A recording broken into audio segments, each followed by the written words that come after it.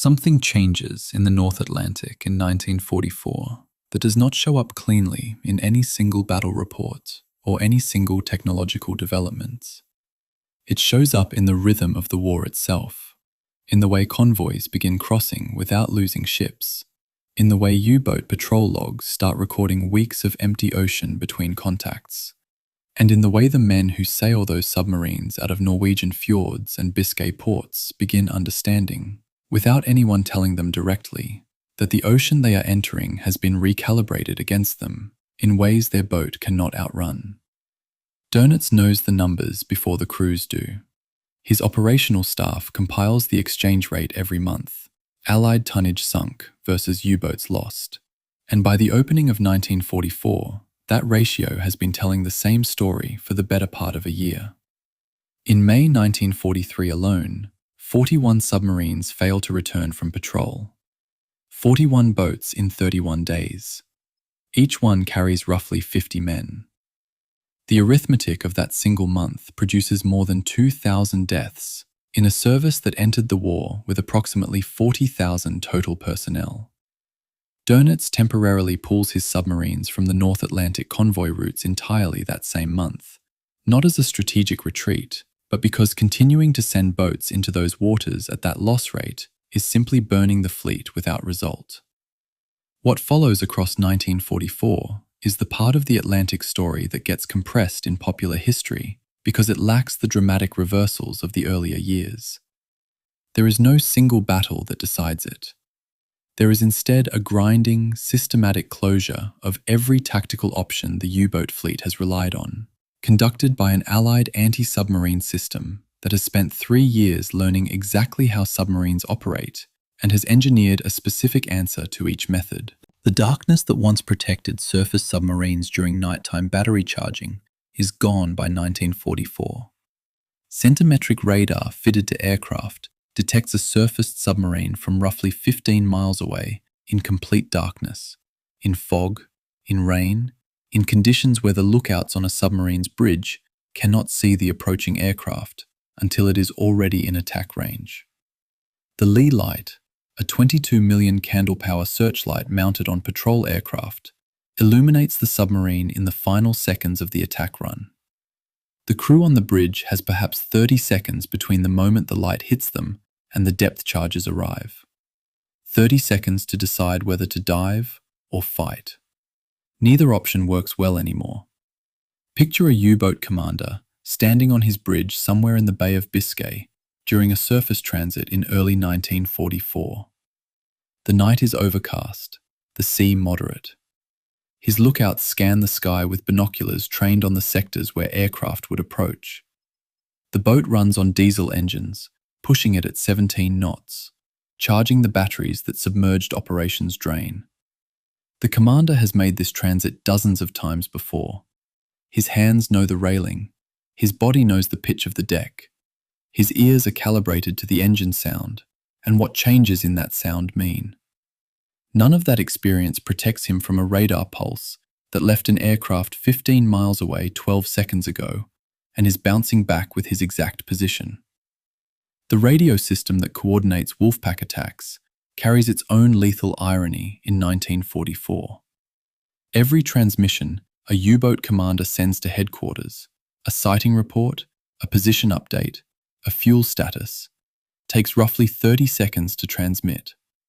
In those 30 seconds, Allied escort vessels, running high-frequency direction-finding equipment, triangulate the transmission source to within a few miles. The boats that once hunted in coordinated groups, guided by Dönitz's headquarters in radio contact across the Atlantic, now expose themselves every time they follow the operational procedures that made Wolfpack coordination possible.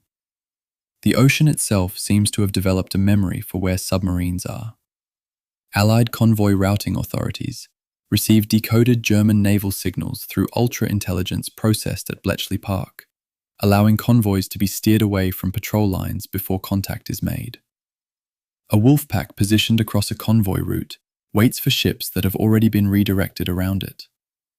The submarines sit in empty ocean, burning fuel and reporting nothing, while the convoy they were meant to intercept passes 200 miles to the north guided around them by intelligence the German Naval Command does not know has been compromised. When contact does occur, the escort response has become something qualitatively different from what the early war crews faced. Support groups, dedicated hunter-killer formations that operate independently rather than tied to specific convoy protection, converge on a submarine contact and stay with it. They do not make one attack pass and move on. They maintain ASDIC contact for hours, sometimes days, taking turns on the contact, while the submarine below exhausts its battery reserves, attempting to maneuver and evade. The ahead-throwing hedgehog weapon fires a pattern of 24 contact-fused bombs that detonate only when they physically strike the submarine's hull, meaning silence after an attack no longer indicates a miss. The crew of a hunted submarine, listening to the hedgehog pattern splash into the water above them, cannot know from the sound whether the next few seconds will be normal or terminal. The Schnorkel offers partial relief from the surface exposure problem and creates new ones.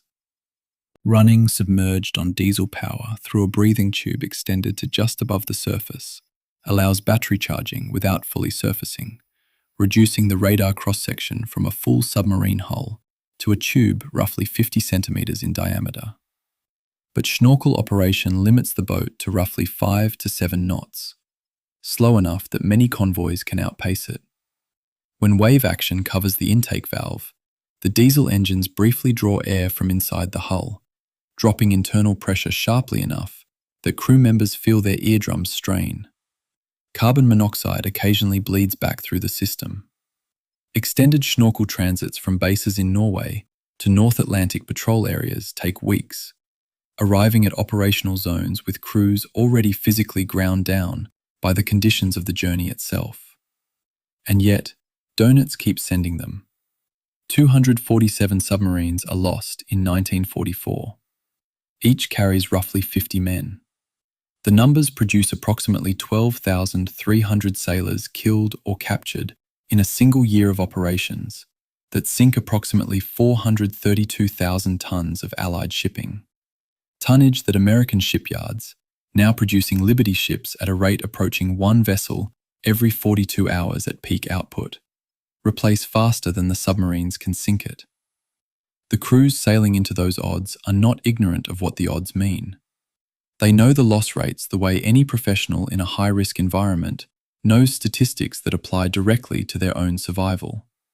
Not as abstract numbers, but as the faces of the men from previous patrols who did not come back. A 1944 U-boat crew boarding their submarine at Kiel or Bergen contains men who understand that the boat they are stepping onto has roughly a 10% statistical chance of completing the patrol and returning. They go anyway, because the orders direct it and because the alternative that the command structure offers is not an alternative at all. Something I find genuinely difficult to resolve when I spend extended time in the operational records from these final Atlantic years is the coexistence of two completely different narratives running simultaneously. The Allied anti-submarine assessment reports describe an enemy being systematically located and destroyed with increasing efficiency. The U-boat patrol logs from the same period describe men navigating empty ocean, listening to escort propellers through the hydrophone, making careful tactical decisions under enormous pressure, maintaining professional discipline inside a steel tube that may be their coffin. Both documents are accurate. Both describe the same war from positions so different that the shared dates are sometimes the only element connecting them. The war in the Atlantic does not end with a dramatic final battle or a decisive engagement that closes the campaign cleanly. It erodes to a stop. Boats continue sailing from Norwegian bases in the final weeks of the war in Europe, conducting patrols in waters they cannot successfully contest, while on land, the German state is collapsing around the administrative structure that issues their orders. The last U-boat sinking of the war occurs on May 7, 1945, the same day Germany signs its unconditional surrender.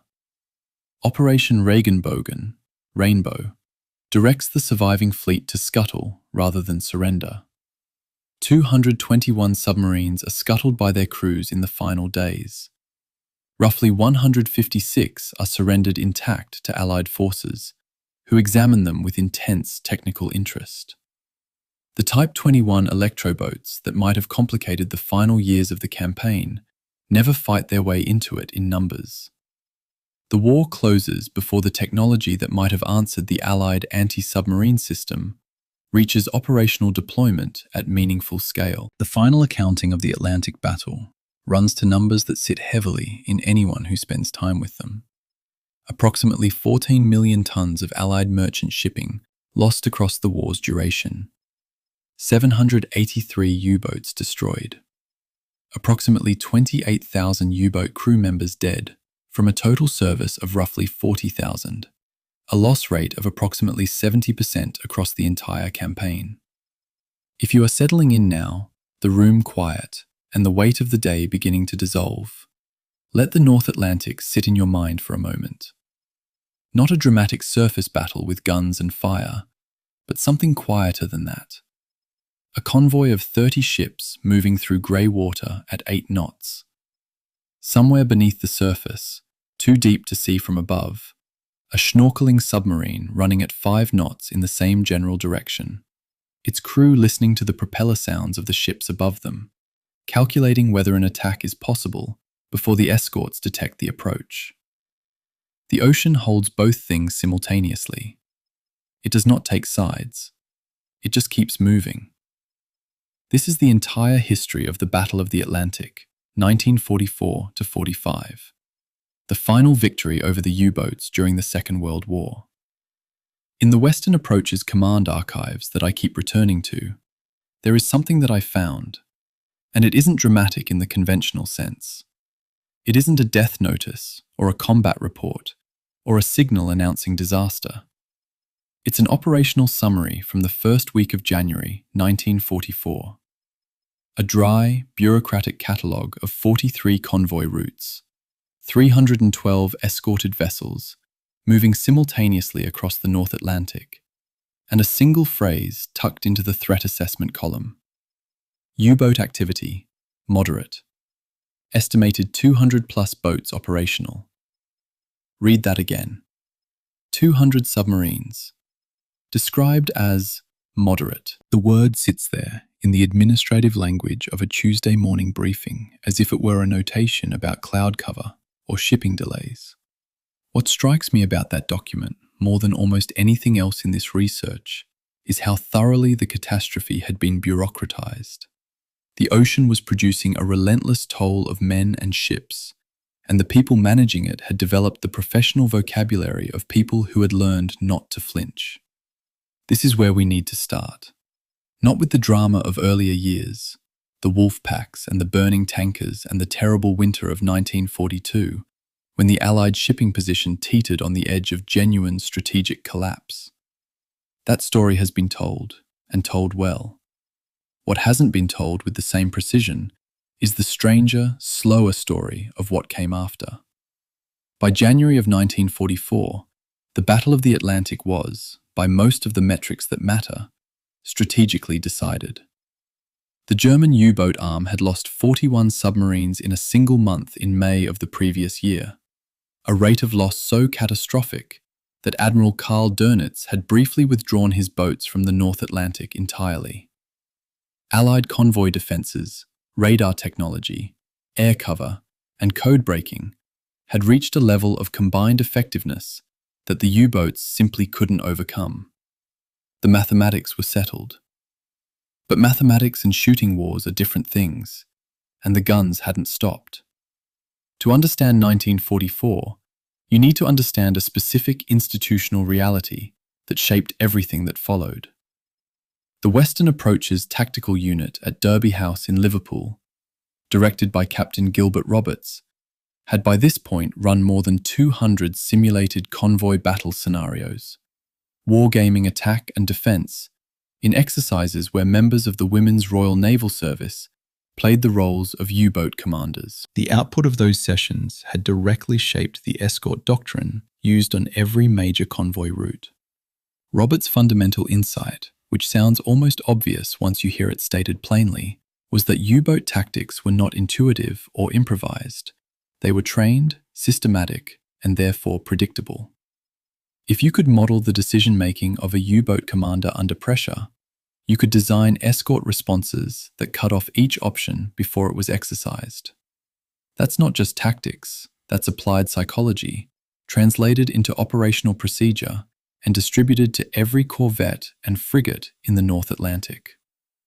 Meanwhile, on the other side of the ledger, the American shipbuilding program was producing new vessels at a rate that had, by early 1944, made the arithmetic of the tonnage war essentially irreversible. In 1943, American yards had delivered 19.2 million gross registered tons of new merchant shipping. The U-boats, in the same year, had managed to sink roughly 3.5 million gross registered tons across all ocean theatres. The replacement ratio wasn't close. It wasn't even in the same conversation. By January of 1944, Allied yards were completing new vessels at a rate of approximately 7.3 new tons, built for every single ton the U-boats managed to destroy. The Kriegsmarine's internal planning threshold, the figure Dönitz's staff had calculated as the minimum required to actually strangle Allied supply, was 700,000 gross registered tons sunk per month. They managed 64,000 in January of 1944. 64,000 against a required 700,000. The target was 11 times out of reach. Yet here is the paradox that makes this story worth telling in full. Despite all of that, despite the mathematics, the technology gap, the blown cipher security that Allied intelligence was quietly exploiting, and the steady hemorrhage of trained crews, the Allies could not release a single significant escort group to other theatres. Not one. Because 200 submarines, even 200 submarines losing the strategic argument completely, are still 200 machines capable of putting a torpedo into the hull of a tanker, or a troop transport, or a cargo ship carrying aviation fuel for a forthcoming invasion. The Allied High Command knew the U-boats were beaten. They also knew that knowing it and proving it at sea were two different things, and that proving it required keeping every escort, every patrol aircraft, every hunter-killer group in the water until the very last boat had either surrendered or gone to the bottom. Dönitz, for his part, was sending a rather different signal to his commanders. His end-of-year assessment for 1943, which he submitted upward through the chain to Hitler, argued that the campaign could be renewed, that new technology in development would change the balance. This is where the historiography gets genuinely interesting and genuinely contested. In his post-war memoir, 10 Years and 20 Days, Dönitz insisted he had communicated the severity of the crisis clearly and honestly. But the German naval historian Michael Gannon, reviewing the declassified OKM documents, found the assessment notably optimistic, understating the cumulative attrition the U-boat arm had suffered. Both accounts cannot be fully correct. Either Dönitz was deceiving Hitler about the operational reality, or he was deceiving himself, or, and this is the possibility that I find most historically plausible, he was doing what senior military commanders under totalitarian pressure do, presenting a version of the truth that was technically defensible and professionally survivable. The gap between what those documents say and what the actual numbers showed is the unresolved heart of the German side of this story. On the operational level, the picture inside the German fleet was considerably grimmer than any official assessment was prepared to acknowledge. Of the approximately 440 U-boats nominally listed on strength at the start of 1944, only around 168 were genuinely fit for North Atlantic patrol. The remainder were in training, in repair, or in various states of refit following combat damage. The threat the Allies were managing so intensively was, in significant measure, a ghost fleet.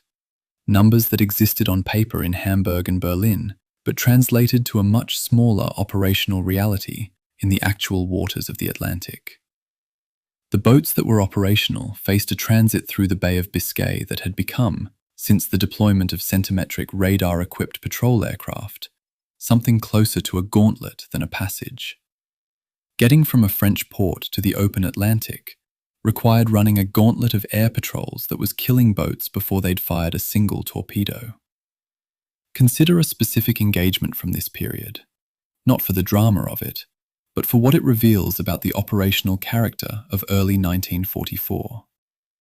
When HMS Bentinck, an escort vessel on North Atlantic duty, made an ASDIC contact in January of that year and prosecuted it with depth charges, the after-action report recorded a result that was typical for the period. 26 depth charges expended, 1 possible oil slick, no confirmed kill. Ambiguous, inconclusive. The crew had done everything correctly, by the textbook, and they didn't know whether they'd killed anything. That ambiguity is the texture of anti-submarine warfare in early 1944. It wasn't the clean kill of a surface naval engagement. It was hours of sonar interpretation and depth charge salvos against a contact that might be a submarine, or might be a geological feature on the seabed, and a piece of paper at the end that said possible rather than confirmed. And yet, in the aggregate, the possibles were accumulating.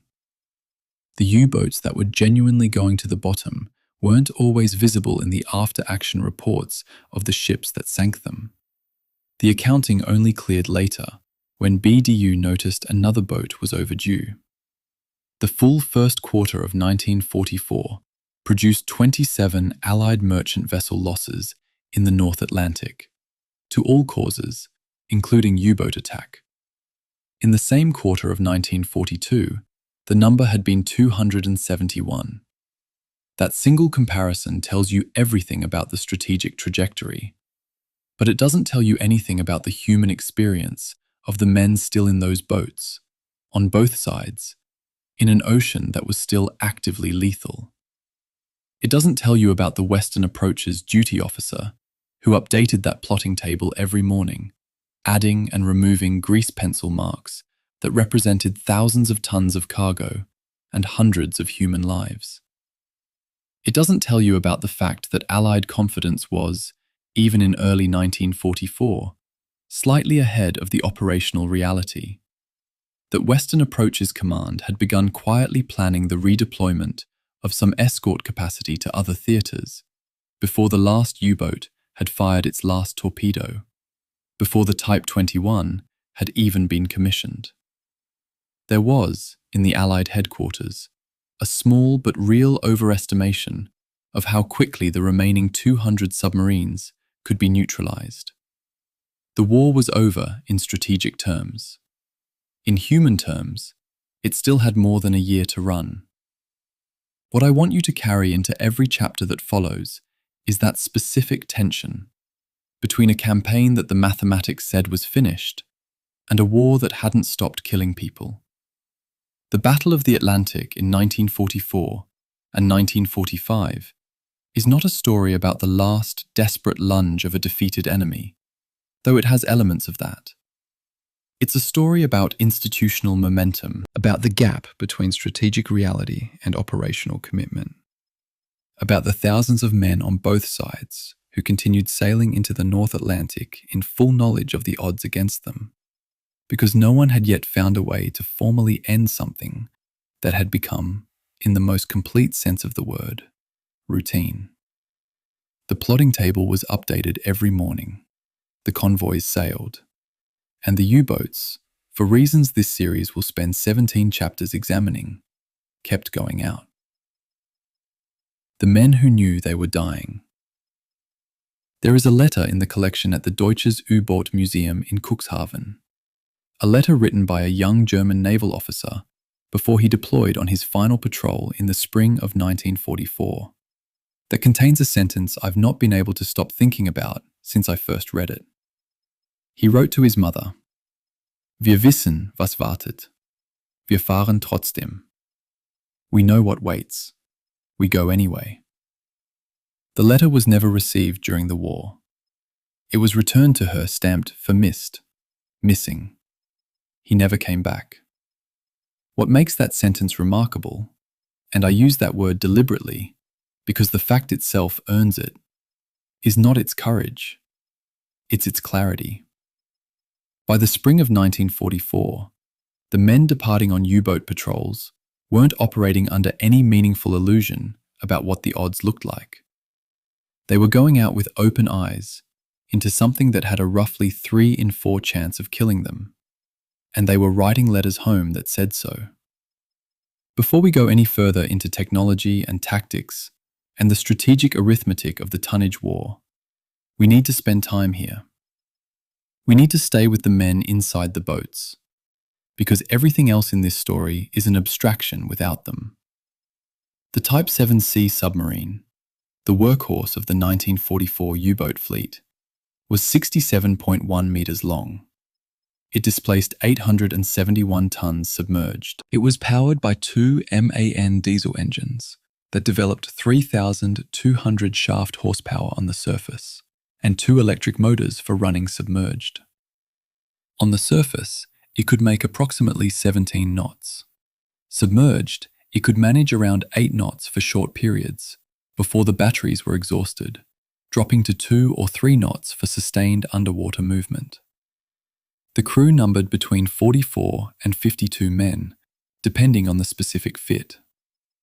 They lived in a steel tube roughly the length of a modern Boeing 737, with no natural light, no shower in most boats, rationed water, and air that was recycled and reused until the carbon dioxide content climbed to levels that made men headachy and slow.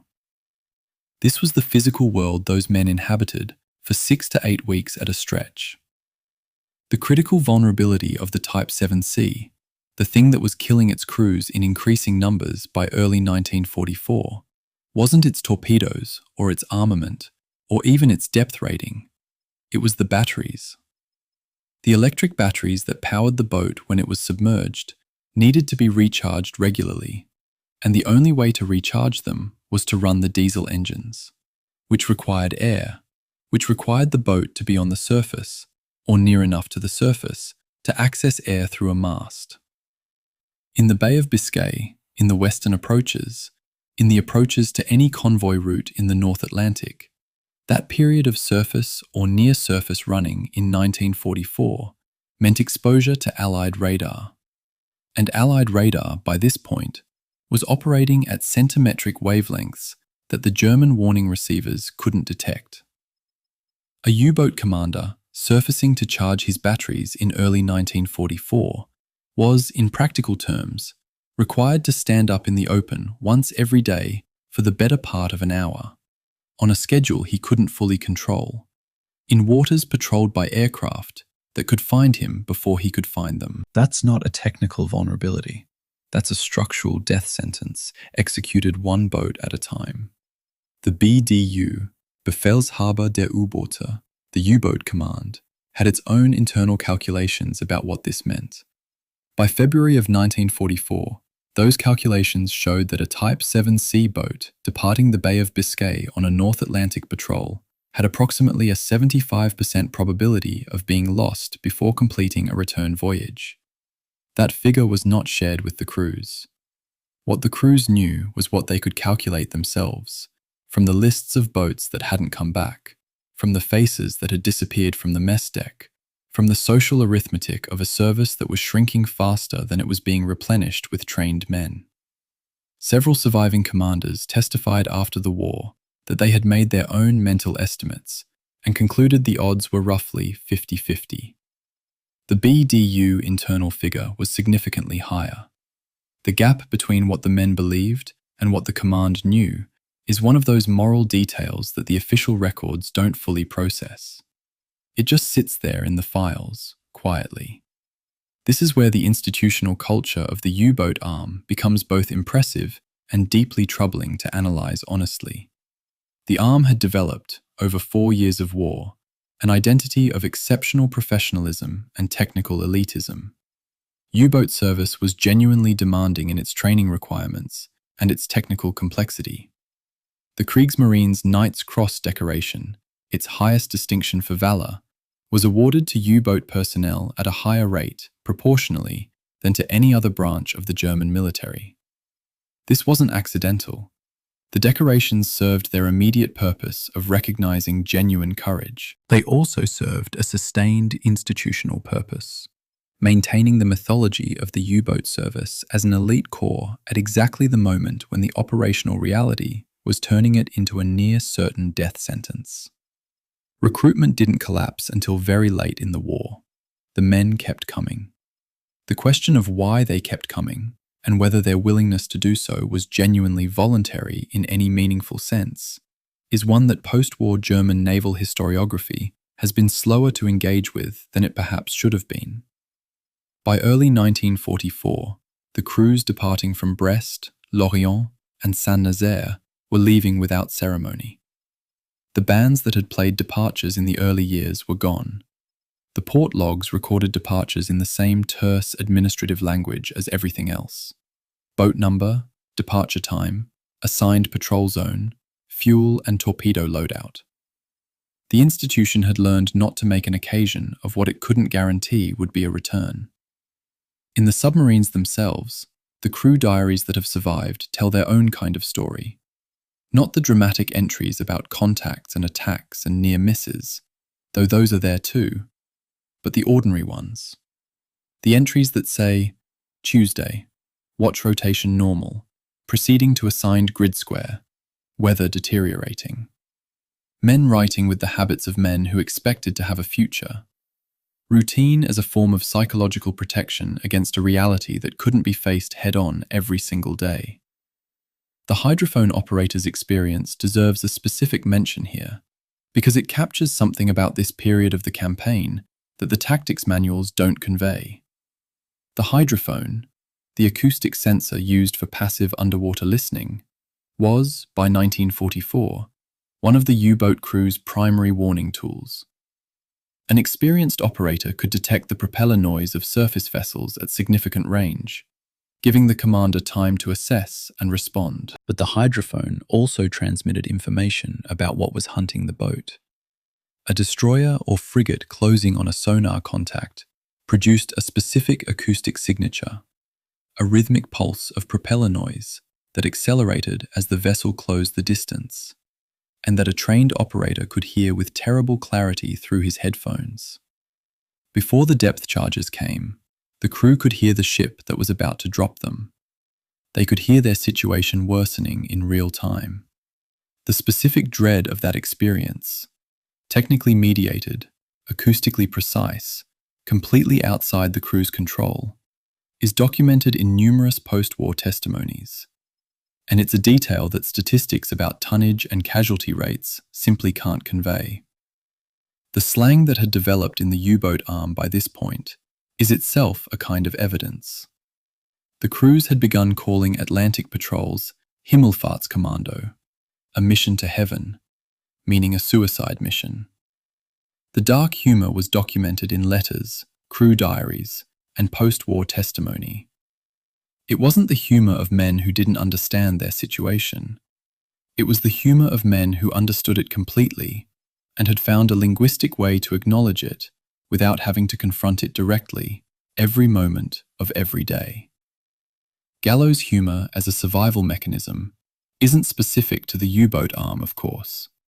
You find it in every military unit under sustained and extreme stress across every war in recorded history. But the specific form it took in the German submarine service of 1944, the word Himmelfahrtskommando appearing in letters home, sometimes without comment, as if it were just a normal description, tells you something about how completely the crew's understanding of their situation had shifted from the aggressive confidence of 1941. Of the approximately 40,900 men who served in U-boats across the entire war, roughly 28,000 were killed, a fatality rate of approximately 68%. For those deploying specifically in 1944, the contemporary BDU casualty data suggests the rate per patrol cycle was closer to 75 to 80%. No other combat arm of any major belligerent in the Second World War came close to those numbers. The Waffen-SS Panzer divisions, the Fallschirmjäger, the Soviet assault engineers, the kamikazes. None of them approached a casualty rate of 70% across an equivalent deployment population. The U-boat arms loss rate was not a feature of a particularly desperate moment in the war. It was the sustained operational reality of a service that had been in continuous combat since September of 1939, and was, by early 1944, fighting a war it had already lost, with a level of tactical courage that the strategic outcome makes almost unbearably poignant to examine. What I want to resist in telling this story is the instinct to make the German submariners into either heroes or simply instruments of a regime. They were neither, quite. They were men, mostly very young men, trained to an extraordinary level of technical proficiency and sent into an ocean that was methodically learning to kill them. Most of them had not chosen the war. Many of them, by 1944, had been in the service for 3 or 4 years and could no more imagine an alternative identity than they could imagine an alternative ocean to sail in. The machinery of military commitment, the training, the unit loyalty, the institutional pride, and yes, the absence of any obvious exit, kept the boats going out long after the strategic logic for sending them had evaporated. That's not a specifically German story. It's a war story, but it's one that the tonnage figures and the tactical analyses have a habit of obscuring, and it deserves to be stated plainly before we spend any more time on the technical architecture of why the campaign was failing. The radar war, centimetric death from the sky. Let's talk about a wavelength, specifically 10 centimeters, roughly 4 inches. That measurement, seemingly trivial, was the most important number in the Battle of the Atlantic by the time 1944 arrived.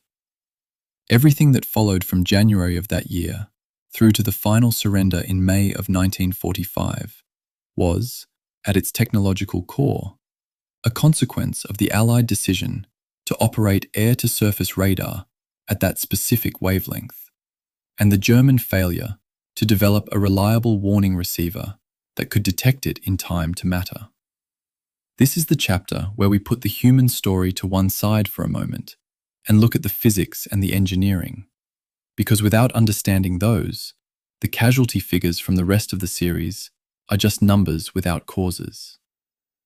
The British ASV Mark III, Air-to-Surface Vessel Radar, 3rd Mark, operated at a frequency of 3 GHz, corresponding to that 10 centimeter wavelength. Its pulse repetition frequency was 500 Hz, with a pulse width of 2 microseconds, and it produced a peak power output of approximately 50 kilowatts from a cavity magnetron transmitter. Those are the specifications.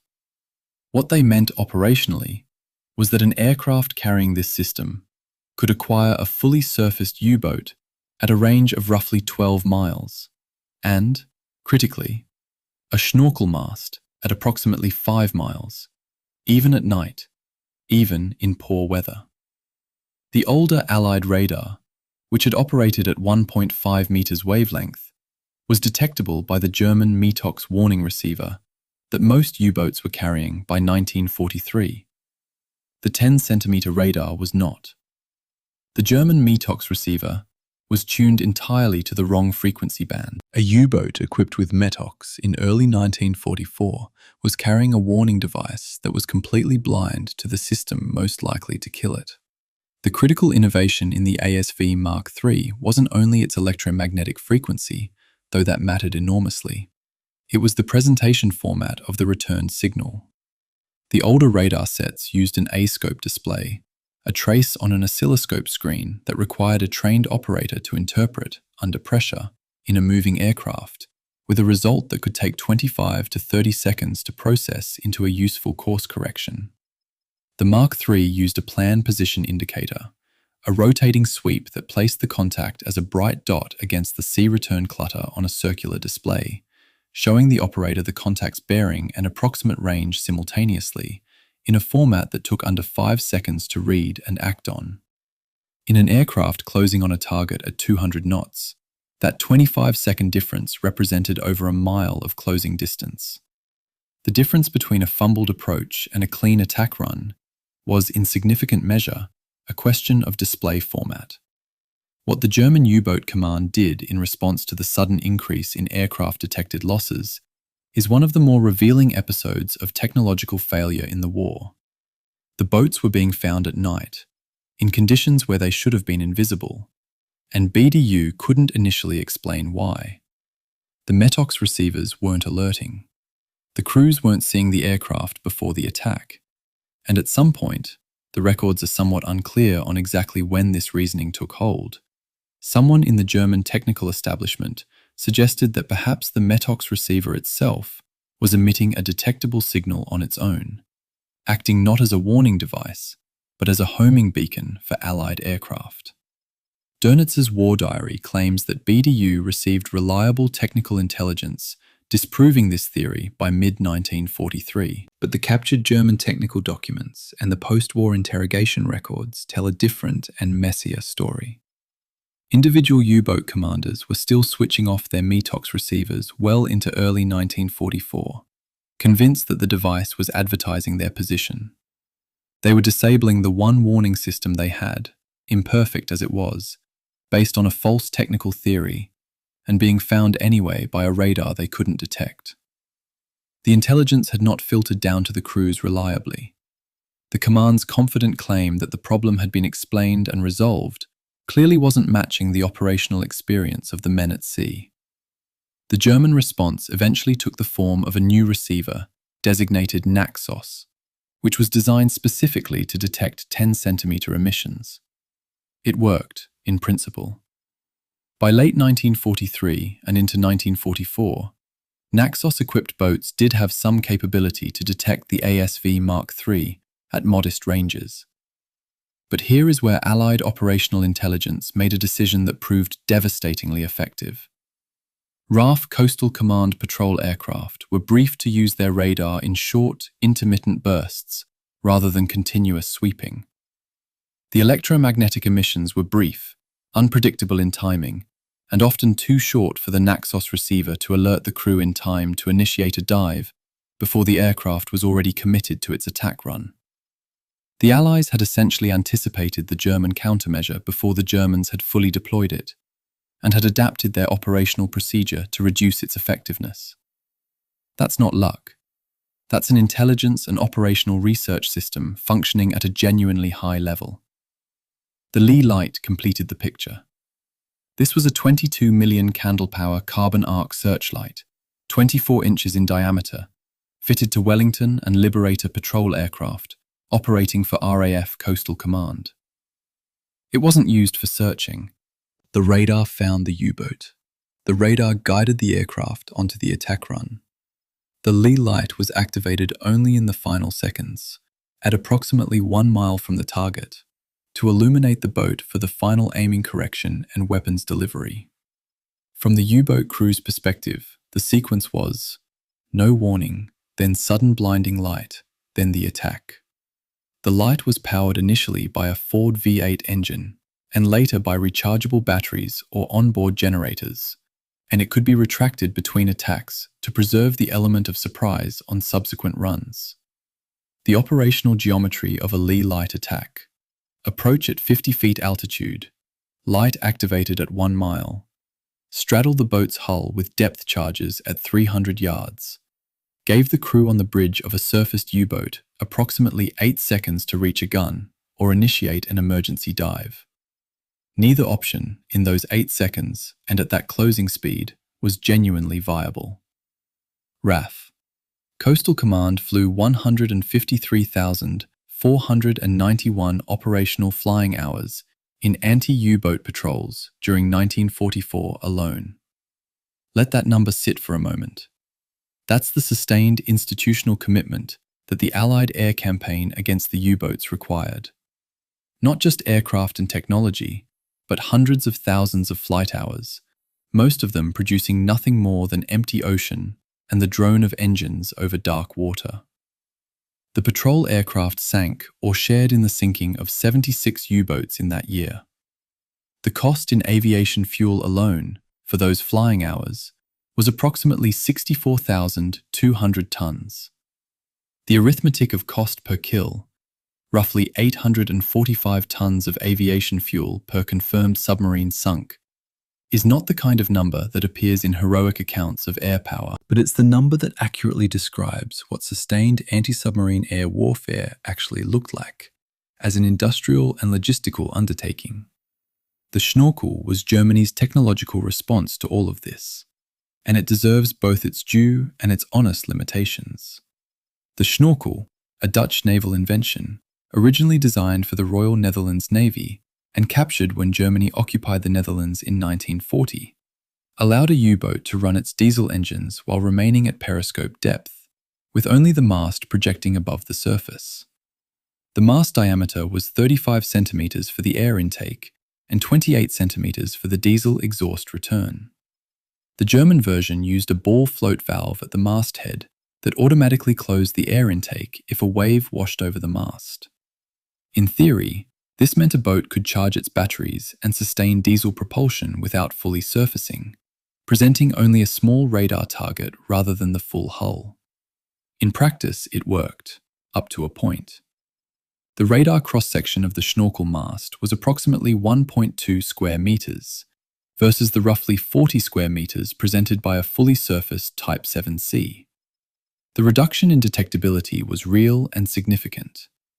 It bought the U-boat arm months of additional operational life in waters where they would otherwise have been detected and killed far more rapidly. But the Schnorkel introduced complications that its engineers hadn't fully anticipated, and that we'll examine in much more detail in a later chapter. What matters here is the electronic warfare dimension. The ASV Mark III could detect a Schnorkel mast at 5 miles in calm conditions. In rough weather, which the North Atlantic provides in generous quantity, the detection range dropped considerably, and the mast's radar return was harder to distinguish from sea clutter. Coastal Command responded by lowering patrol altitudes and reducing airspeed to optimize radar geometry against the smaller target. It was an operational adaptation, not a technological one, and it demonstrated something important about how the Allied anti-submarine campaign was being run in 1944. The technology was being treated as a starting point, not an answer. Every German countermeasure produced a corresponding Allied adaptation, and the Allied adaptation cycle was consistently faster than the German one. That speed advantage, rooted in a functioning operational research system, in genuine intelligence about what the Germans were deploying and when, and in an industrial and scientific establishment that wasn't being bombed into dysfunction, was the structural fact beneath every tactical engagement in the Atlantic in the final year of the war. I find myself reading these Coastal Command operational research reports in a slightly uncomfortable position. These are cold, precise documents describing the systematic elimination of human beings. The language is entirely rational. Detection probabilities, attack geometries, weapons delivery parameters. There's no emotion in them, and there shouldn't be. They were written by people with a job to do, and the job required clarity rather than sentiment. But the clarity, when you read enough of it in sequence, starts to feel like a particular kind of horror. The asymmetry wasn't just technological, it was epistemic. The men in the U-boats didn't know what was finding them or how, and the men flying the Lee Light-equipped Wellingtons knew exactly where they were going and why. That information gap was, in a very precise sense, what the radar war was about. And by early 1944, it was a gap the Germans had no realistic path to close. Black June, the Channel Gauntlet.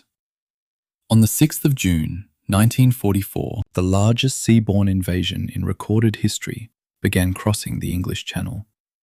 5,000 vessels, warships, landing craft, transports, support ships of every category, carrying approximately 156,000 troops on the first day alone, with logistical trains extending back across the channel that would sustain the operation for weeks. Admiral Karl Dönitz, the commander of the German Navy, was watching this from his headquarters with a clear understanding of what it meant for his U-boat arm. He also had an order he felt professionally and institutionally compelled to give, and he gave it without apparent hesitation. The invasion fleet must be attacked, even at risk of loss of own boat. Every enemy vessel serving the landing, even if it carries only 50 men or a single tank, is a target demanding all-out attack. That order is preserved in the archives. Those are his words, in translation. And placing them against the operational reality of the English Channel in June of 1944, constant Allied air cover, force 4 to 5 winds, a sea surface churned by thousands of ships and aircraft, the order reads, in retrospect, like a command to drown. The Channel in June of 1944 was not U-boat country. It never really had been. The water was shallow, the traffic was dense, and the Allied anti-submarine patrols were continuous and heavily equipped. But the strategic logic of attacking the invasion fleet, if it could be done even at catastrophic cost, was not entirely irrational. A handful of successful torpedo attacks on crowded landing vessels could have created the kind of visible disruption that German propaganda needed, and that might, at the margin, have slowed the logistical momentum of the invasion. Dönitz knew the odds were terrible. He sent the boats anyway. What followed was one of the most comprehensive tactical defeats in the history of submarine warfare, conducted in waters barely 100 meters deep. Captain Frederick Walker of the Royal Navy had anticipated this moment. Walker, commanding HMS Starling and leading the 2nd Escort Group, was arguably the most effective individual anti-submarine commander the war produced. He'd spent 2 years developing the creeping attack method, a cooperative doctrine that solved a fundamental flaw in conventional depth charge tactics. The problem with a standard depth charge attack was simple but lethal. The attacking ship had to pass directly over the submerged submarine to deliver charges, and in doing so, it lost sonar contact in the dead zone beneath its own keel for the critical final seconds of the approach. The submarine commander, an experienced one, knew exactly when that dead zone occurred and could use it to maneuver away from the predicted charge positions. Walker's solution was elegant. One ship, the directing ship, maintained sonar contact from a distance and tracked the submarine's movements continuously. A second ship, the attacking ship, was then guided onto the target by radio instruction from the directing vessel, dropping charges at the directing ship's command, without ever needing to acquire the target directly. The attacking ship was essentially blind, operating entirely on the directing ship's instructions, and its charges landed where the directing ship calculated the submarine actually was, rather than where it had been 30 seconds ago. U-boats attacked by this method had an extremely low survival rate. Walker had positioned his group in the western approaches before dawn on the 6th of June, and his first contact of the Overlord campaign came within 48 hours of the landing. Of the 58 U-boats that Dönitz committed to the Channel area and the western approaches during the invasion period, June through August of 1944, 24 were lost. That's a loss rate of 41% in approximately 60 days of operation. The boats that survived did so largely by staying submerged almost continuously on Schnorkel, barely moving, making almost no attacks. The Schnorkel had saved them from the air patrols, but it had also rendered them tactically inert. A U-boat that couldn't surface, couldn't sprint on the surface to reach an attacking position, couldn't use its full speed to close on a convoy, was a U-boat that was hiding, not fighting. The BDU operational assessment, filed in late July of 1944, claimed the Schnorkel boats had performed adequately. The raw numbers don't support that word. 41% losses in 60 days, and 12 Allied vessels sunk against the 5,000-ship invasion armada. Against the target they'd been sent to destroy, the result wasn't adequate. It was, by any honest accounting, almost nothing. The engagement that stays with me from this period isn't one of the larger tactical encounters. It's a specific and compressed tragedy that lasted about 12 days. The German submarine U-767, a Type 7C operating in the Channel, succeeded in sinking HMS Morn, a British frigate, on the 15th of June 1944. 97 men from Morn's crew were lost. It was one of the few genuine U-boat tactical successes in the entire Overlord period. 12 days later, U-767 was herself sunk by Allied forces.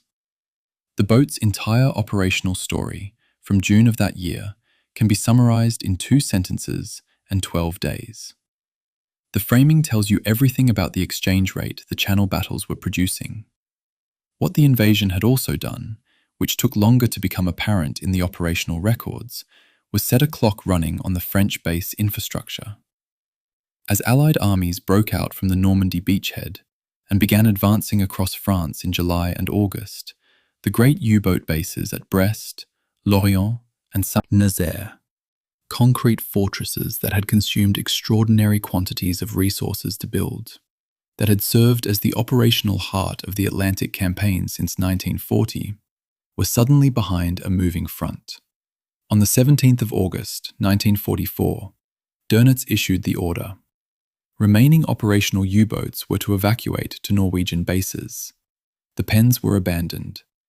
The bases that had been built with slave labor, reinforced to withstand bombing that had never seriously damaged them, protected by gun emplacements that had never been stormed, they were simply left. The army passed through them. The Germans didn't fight for the submarine pens they'd spent years and enormous resources constructing. The operational logic that had underpinned the entire French basing strategy had evaporated faster than the concrete could be abandoned. The evacuation transit north to Norway was itself a brutal experience. The route from Brest to Bergen was approximately 1,800 nautical miles, running through waters that were now thoroughly dominated by Allied air and surface patrols. The transit required 7 to 9 days, almost entirely submerged on Schnorkel, threading through patrol zones that had been specifically reinforced in anticipation of exactly this movement. Boats arrived at Bergen with fouled hulls, technical defects accumulated during the long submerged transit, and crews who had spent a week in a steel tube with barely any light and rising carbon dioxide levels. This was the condition in which they were expected to prepare for the next patrol. The broader point about the Channel battles that the tactical narrative tends to obscure is this. By August of 1944, the U-boat arm had demonstrated unambiguously that it could not operate effectively in the face of coordinated Allied air and surface escort coverage. The Channel wasn't a special case. It was the most extreme version of what was happening across the entire Atlantic. The boats could survive by hiding. They couldn't win by hiding. The tactical choices available to a Type 7 commander in waters covered by radar-equipped patrol aircraft and supported by creeping attack-equipped escort groups had been reduced, by the combination of technology and doctrine the Allies had assembled, to a narrow band between hiding and dying. Nothing that happened between August of 1944 and the final surrender in May of 1945 would significantly change that fundamental constraint. The Channel battles proved it. The Norwegian evacuation was the organizational consequence of that proof being absorbed, belatedly, at the operational level. The 2nd Escort Group's war diary from the summer of 1944 is meticulous and businesslike in the way that effective military documentation tends to be. What it doesn't record is the cost to Walker himself. On the 9th of July, 1944, 3 weeks after HMS Morn was lost, while his group was still actively hunting in the western approaches, Walker collapsed aboard ship with what was diagnosed as a cerebral hemorrhage. He was taken to a naval hospital in Liverpool and died the following day. He was 48 years old. He had been at sea under operational pressure for most of 4 years. The Royal Navy fired a farewell salute over the water. The second escort group continued its operations. The war didn't stop for him, and didn't stop after him. Those things rarely do. The Ghost in the File, capturing U-505. 2 days before the greatest military invasion in history, something happened in the South Atlantic that the United States Navy immediately classified at the highest level and kept secret for years. On the 4th of June, 1944, while final preparations for the Normandy landings were being completed across southern England, an American naval task group operating roughly 150 miles off the coast of Cape Blanco in West Africa captured a German submarine, intact, with its cipher machine still in its mounting, with the current Enigma settings documents still in their folder, with a coordinate codebook, torpedo firing manuals, and the full intelligence haul that every Allied naval officer had been told from the start of the code-breaking program might one day become available if conditions allowed. The conditions had allowed. The timing, 2 days before D-Day, was either the most perfectly timed intelligence operation of the war, or a coincidence of such magnitude that it felt like one. The vessel was U-505, a Type 9C submarine that had conducted 12 patrols and sunk 8 vessels totaling 45,005 gross registered tons across her operational career. She'd been in service since August of 1941. The man who had planned her capture, and who had issued the planning documents that made it possible, was Captain Daniel Gallery of the United States Navy, commanding the escort carrier USS Guadalcanal. Gallery's handwritten operation plan, preserved in the Naval History and Heritage Command archives, included an instruction that anyone reading it for the first time might consider extraordinary in its demand. He specified the complete sequence of actions for the boarding party and included the line, "Do not sink her under any circumstances. If she sinks, we have failed." Gallery wrote that order knowing it required men to stay inside a flooding submarine under uncertain conditions. He signed his name to it. In June of 1944, that instruction was acted upon. The sequence on the 4th of June began at 11 hours and 9 minutes, when USS Chatelaine, one of the escort vessels in Gallery's task group, acquired U-505 on sonar, a hedgehog attack, an anti-submarine weapon that fired a pattern of contact-fused projectiles ahead of the ship, rather than dropping depth charges over the stern, forced the submarine to the surface. The entire sequence from first contact to the boat surfacing took 9 minutes. The commander, Oberleutnant Harold Lang, was seriously wounded on the bridge during the immediate response. The crew began scuttling procedures, opening seacocks, preparing demolition charges. By their training and their duty, they were doing exactly what they were supposed to do. Gallery's task group was supposed to prevent it.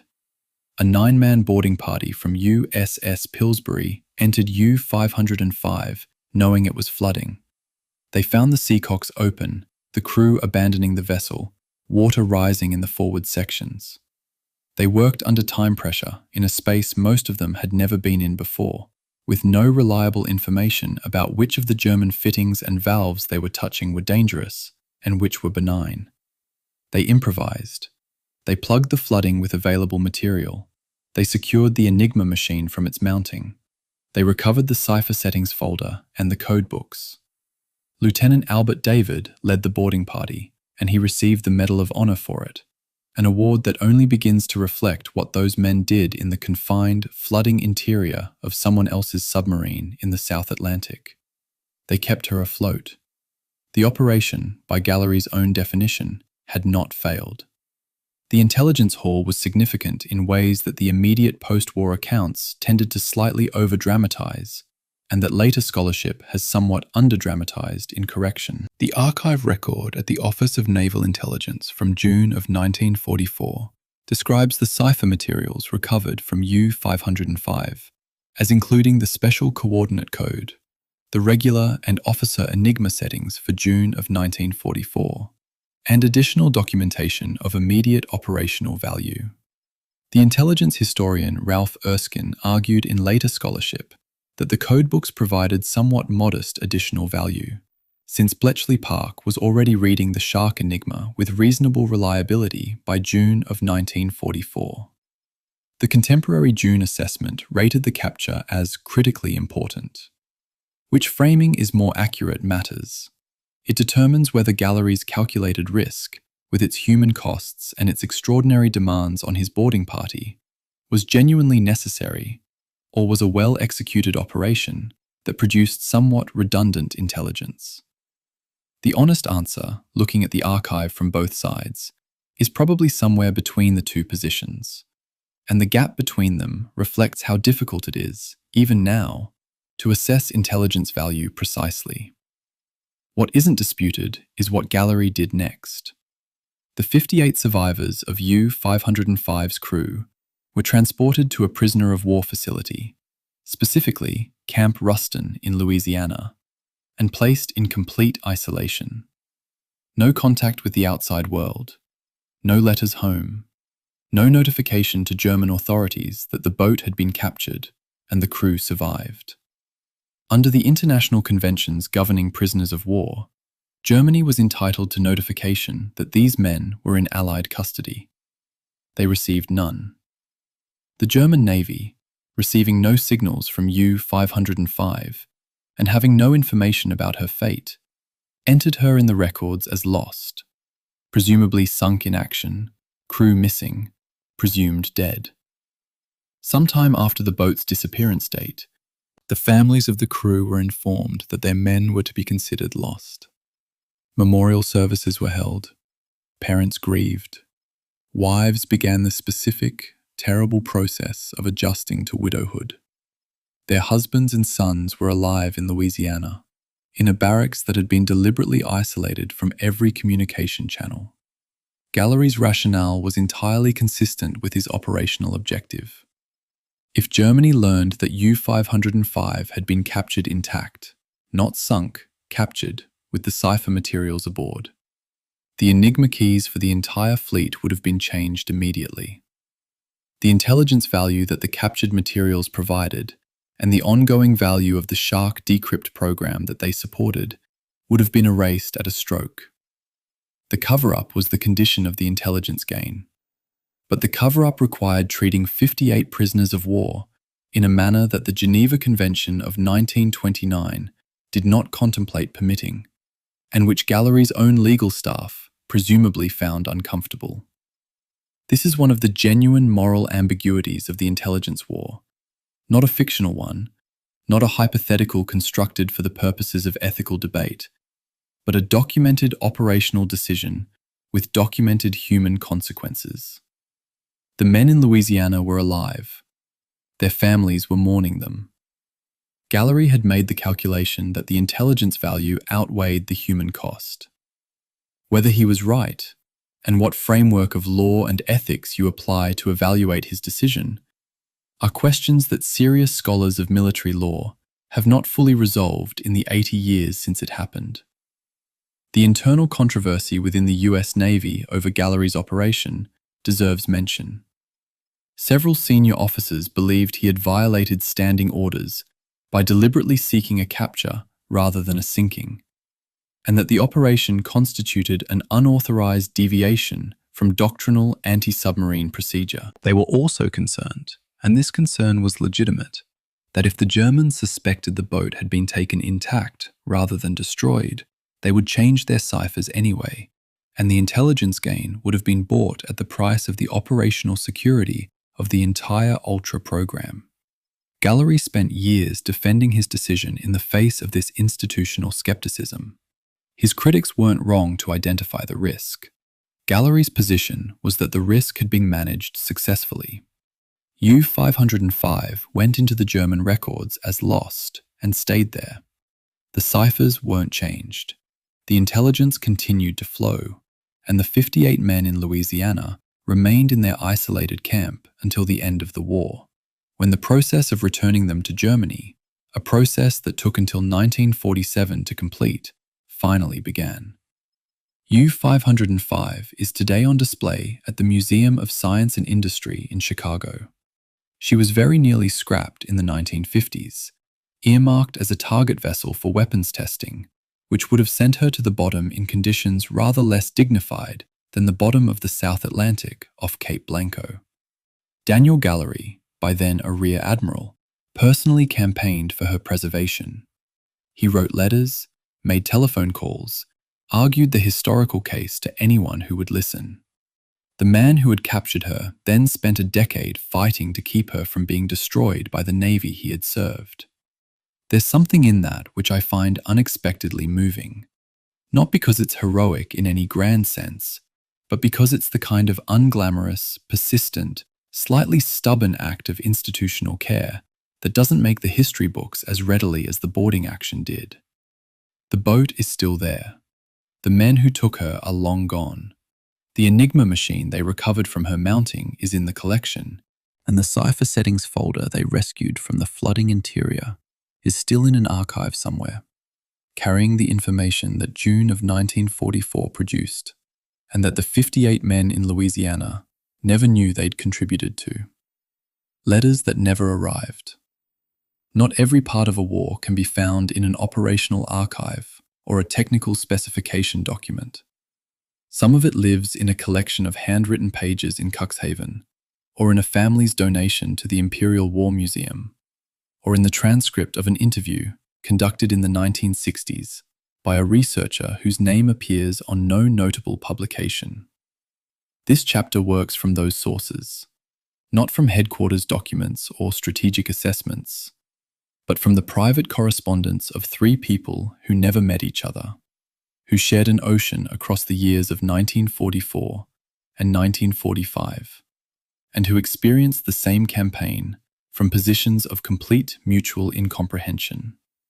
Begin with a woman in Hamburg in the summer of 1944, identified in the Deutsches U-Boat Museum collection as Frau Ingeborg Luth, the wife of a U-boat officer who deployed from Brest in April of that year and was lost in June.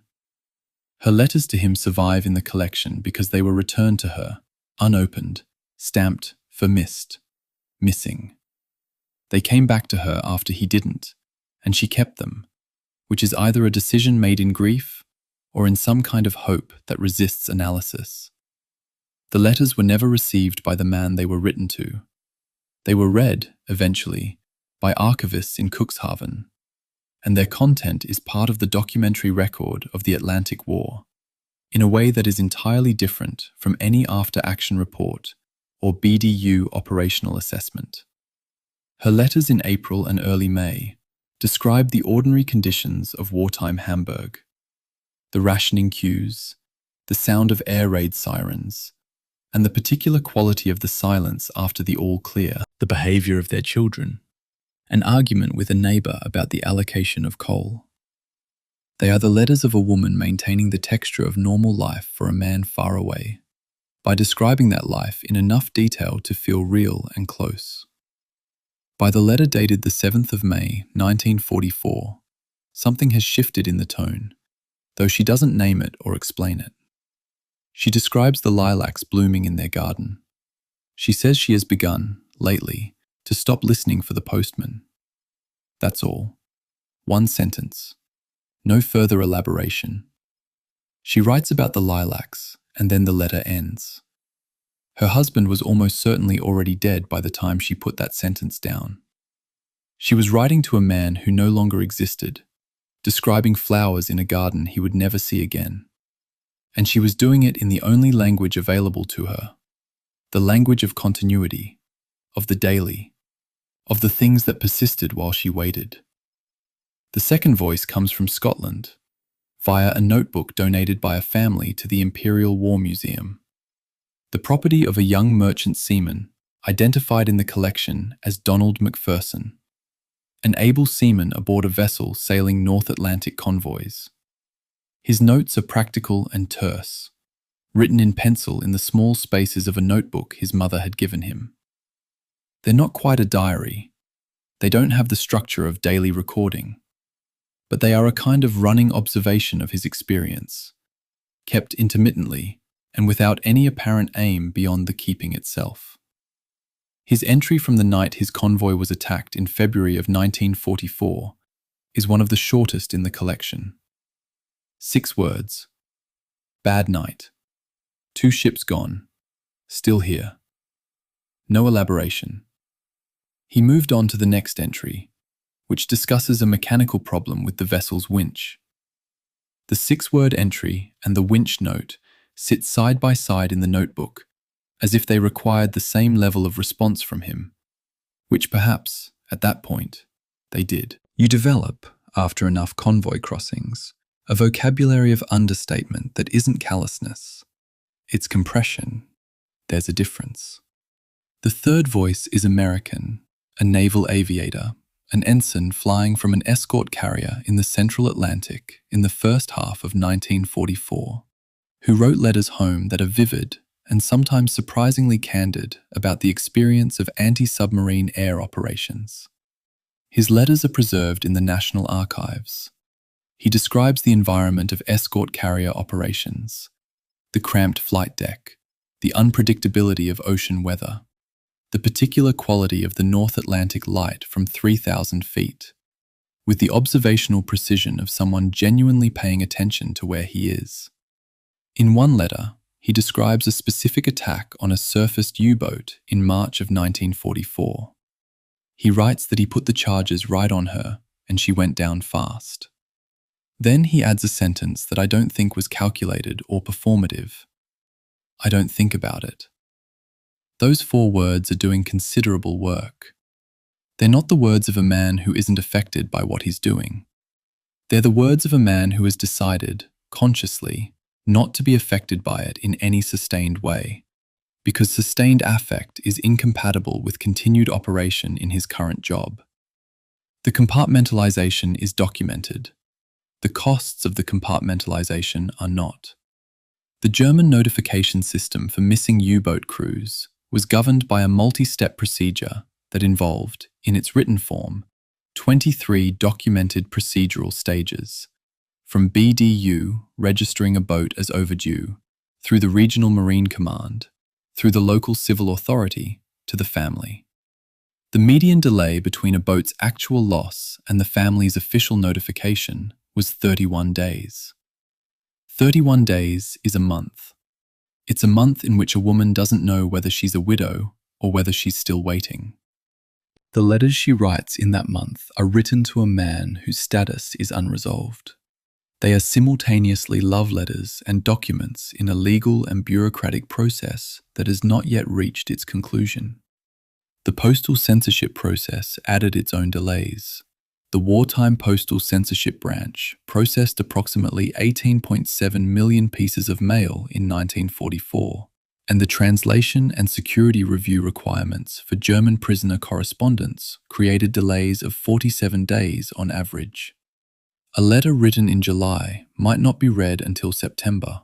For a man already dead, it wouldn't be read at all.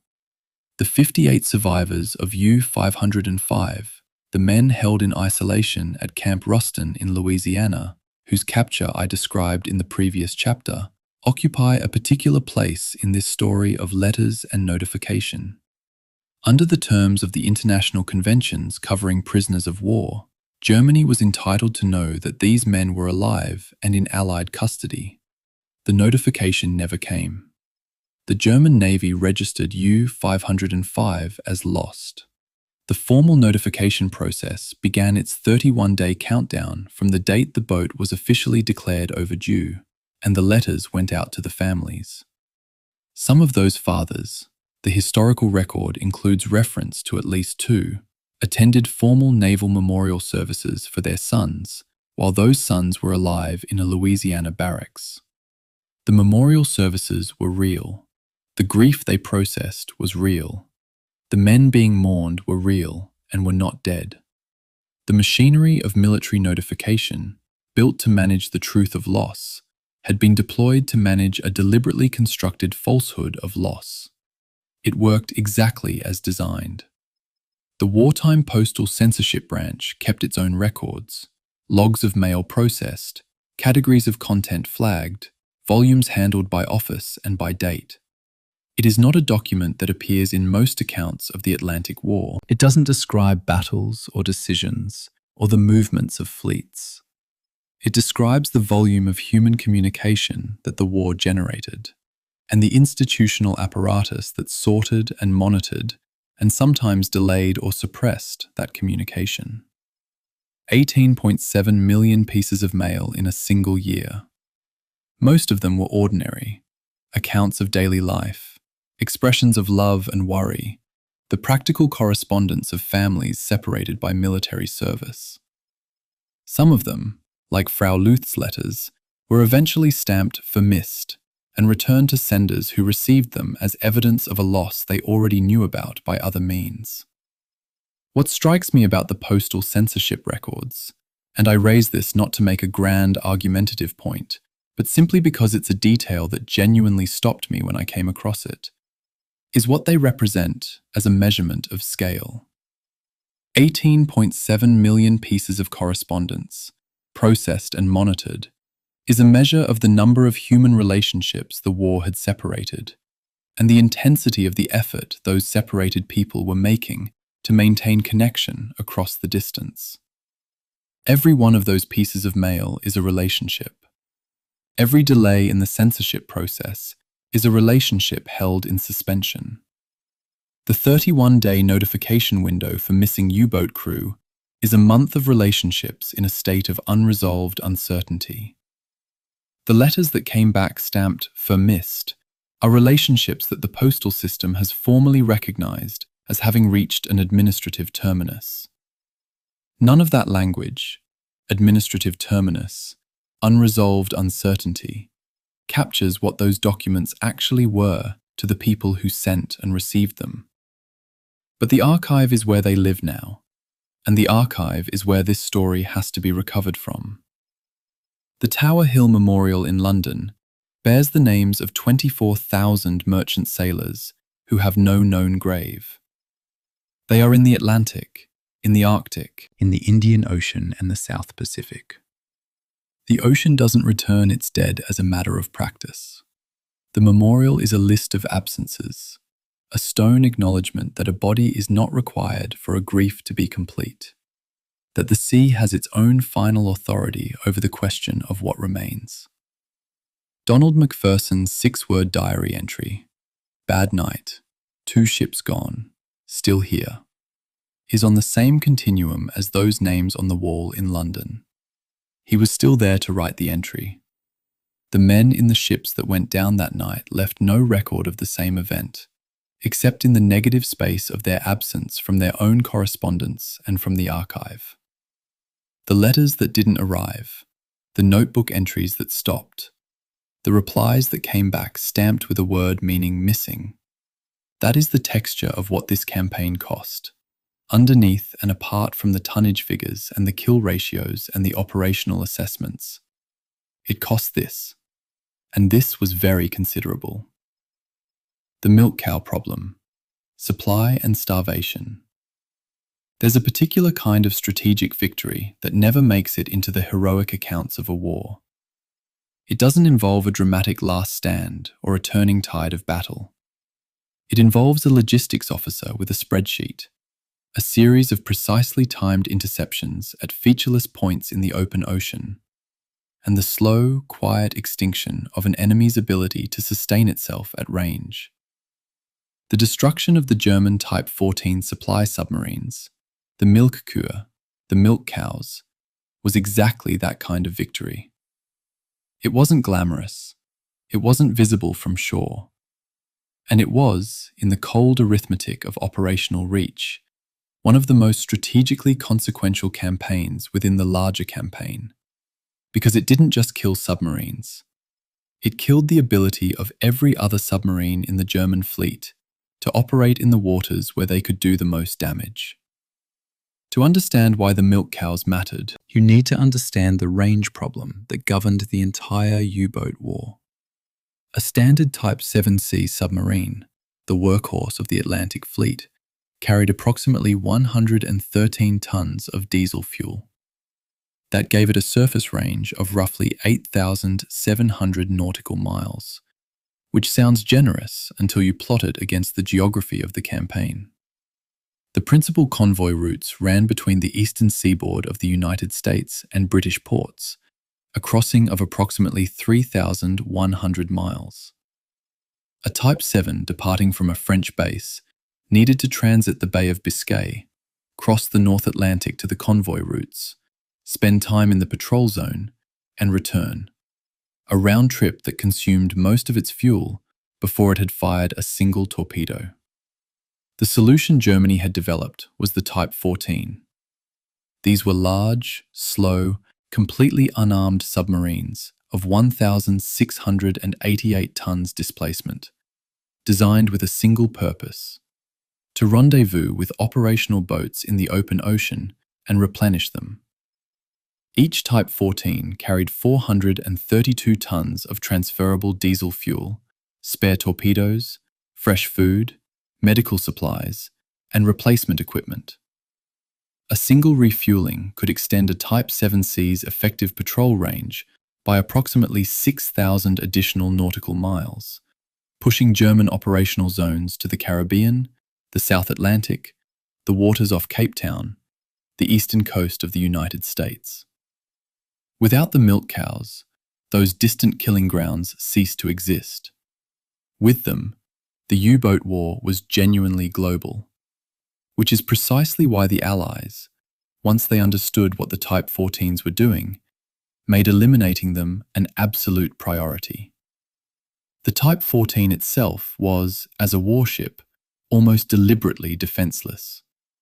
It carried 37mm flak guns as its entire armament, weapons suited to deterring low-flying aircraft under ideal conditions, not to surviving a determined anti-submarine prosecution.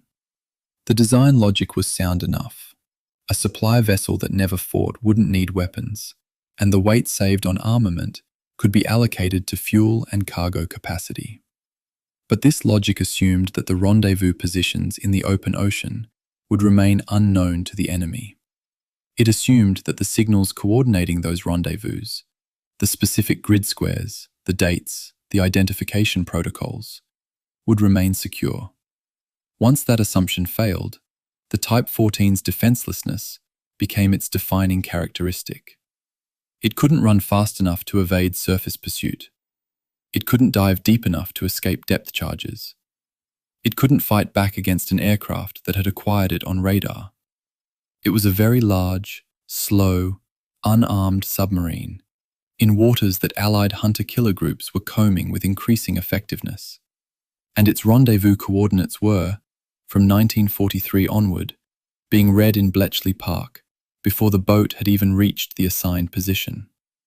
The mechanism was Ultra, the Allied program for exploiting decrypted German naval Enigma signals. The signals that coordinated Type 14 operations were sent through the same Enigma cipher system as every other U-boat command communication, which meant that when Bletchley Park was reading the Shark naval Enigma, with its periods of clarity and its periods of blackout as the Germans modified their procedures, the rendezvous orders for the milk cows were among the most operationally valuable material being decrypted. A signal from BDU ordering a Type 14 to rendezvous at a specific grid square on a specific date, at a specific time, with a specific operational boat, was a complete targeting solution delivered to Allied intelligence with days of advance notice. The hunter-killer groups that were directed to these positions didn't need to search. They needed only to arrive at the right grid square at roughly the right time and wait. 10 of Germany's 14 Type 14 boats were sunk in 1943.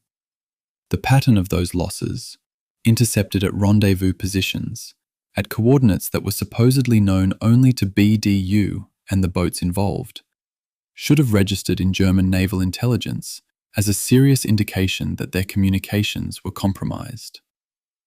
This is one of the historiographical debates that I find genuinely unresolved, even after considerable time with the primary sources. David Kahn's detailed work on the Enigma program argues that BDU never seriously entertained the possibility of cipher compromise, consistently attributing losses to increased Allied air patrols, captured documents, or improved detection technology. Andrew Boyd's more recent research suggests there were internal German naval investigations that came uncomfortably close to the correct conclusion in 1944. That signals analysts within the Kriegsmarine's B-Dienst service identified patterns in the interception of supply submarine rendezvous that were statistically difficult to explain by patrol luck alone. The two accounts don't fully reconcile. What is clear is that Germany continued using the Enigma system for operational coordination, continued transmitting rendezvous coordinates, and continued losing milk cows at a rate that should have forced a fundamental reassessment of the cipher's security. It didn't, or not soon enough to matter. The last operational Type 14 was U-490, and her loss on the 11th of June 1944, directed precisely to her position by an ultra-decrypt, closed the account. She had been at sea for 27 days. The two American destroyer escorts that found and sank her had been directed to her rendezvous coordinates rather than searching for her independently. The boat's crew had no realistic warning. With 490 gone, Germany had no remaining ocean-going resupply capability. Not a reduced capability, not a degraded one, but none at all. The map of where U-boats could operate shrank overnight. Comparing the BDU patrol assignments from July of 1942 with those from July of 1944 produces a document that is almost physically smaller. 14 operational zones in 1942, including the Caribbean grid, the Cape Town approaches, and the Eastern American seaboard. 6 zones in 1944, all of them reachable from Norwegian or remaining French bases without refueling. The distant killing grounds simply disappear from the operational paperwork, quietly, as though they had been erased rather than abandoned. There's a specific operational calculation that the milk cow losses made concrete, and it rarely appears in narrative histories of the campaign because it requires a level of abstraction that doesn't translate naturally into storytelling.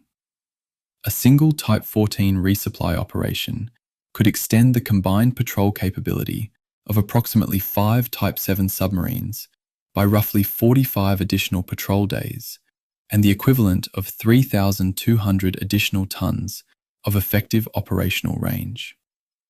Across the 10 Type 14s lost in 1943 alone, the cumulative loss in effective operational potential was equivalent to approximately 350 standard Type 7 Atlantic patrols.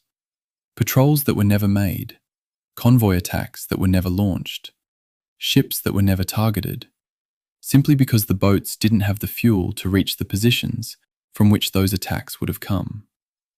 That's not a combat victory in any conventional sense. It's an administrative one, achieved through intelligence exploitation and precisely timed interceptions. It's the kind of victory that shortens wars without anyone ever writing a book about it. The one surviving Type 14 that avoided this fate, U-219, was converted to a cargo carrier role, her fuel transfer equipment stripped out, and her internal volume repurposed for strategic materials. In late 1944, she made a supply run to Japan, carrying optical glass, mercury, mathematical computing devices, and a set of Type 21 submarine blueprints. She was carrying glass and paper to Tokyo, while the Atlantic campaign she had been built to support was collapsing. She completed the voyage. The absurdity of that outcome is a precise measurement of how completely the strategic situation had transformed since the Type 14 program was conceived.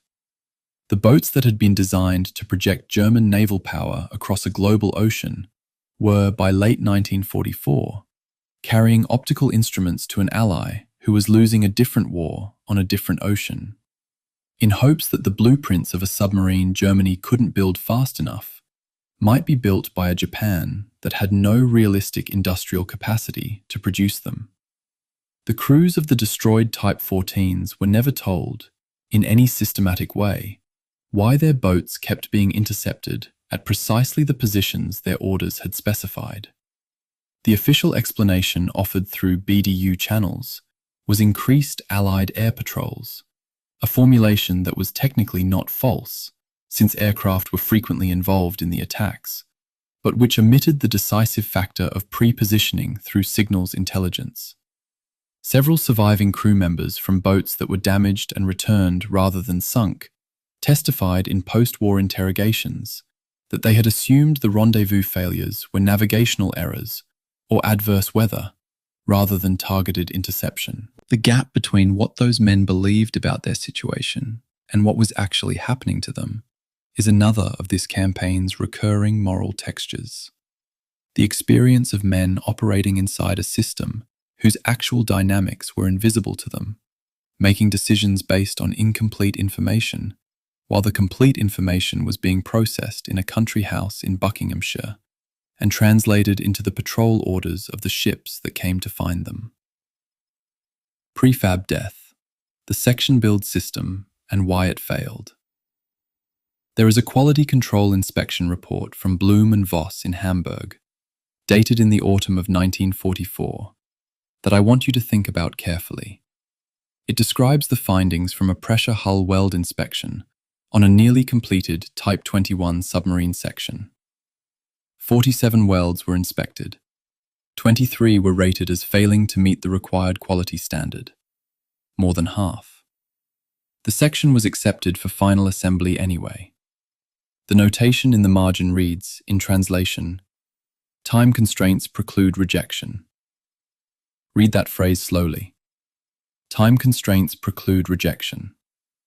The most safety-critical structural component of an underwater vessel, the welds on a pressure hull that would need to contain the submarine's internal atmosphere against the crushing weight of the ocean at operational depth, was failing at a rate above 50%, and the record shows that the institution responsible for the welds simply accepted them and moved on, because there wasn't time to do anything else.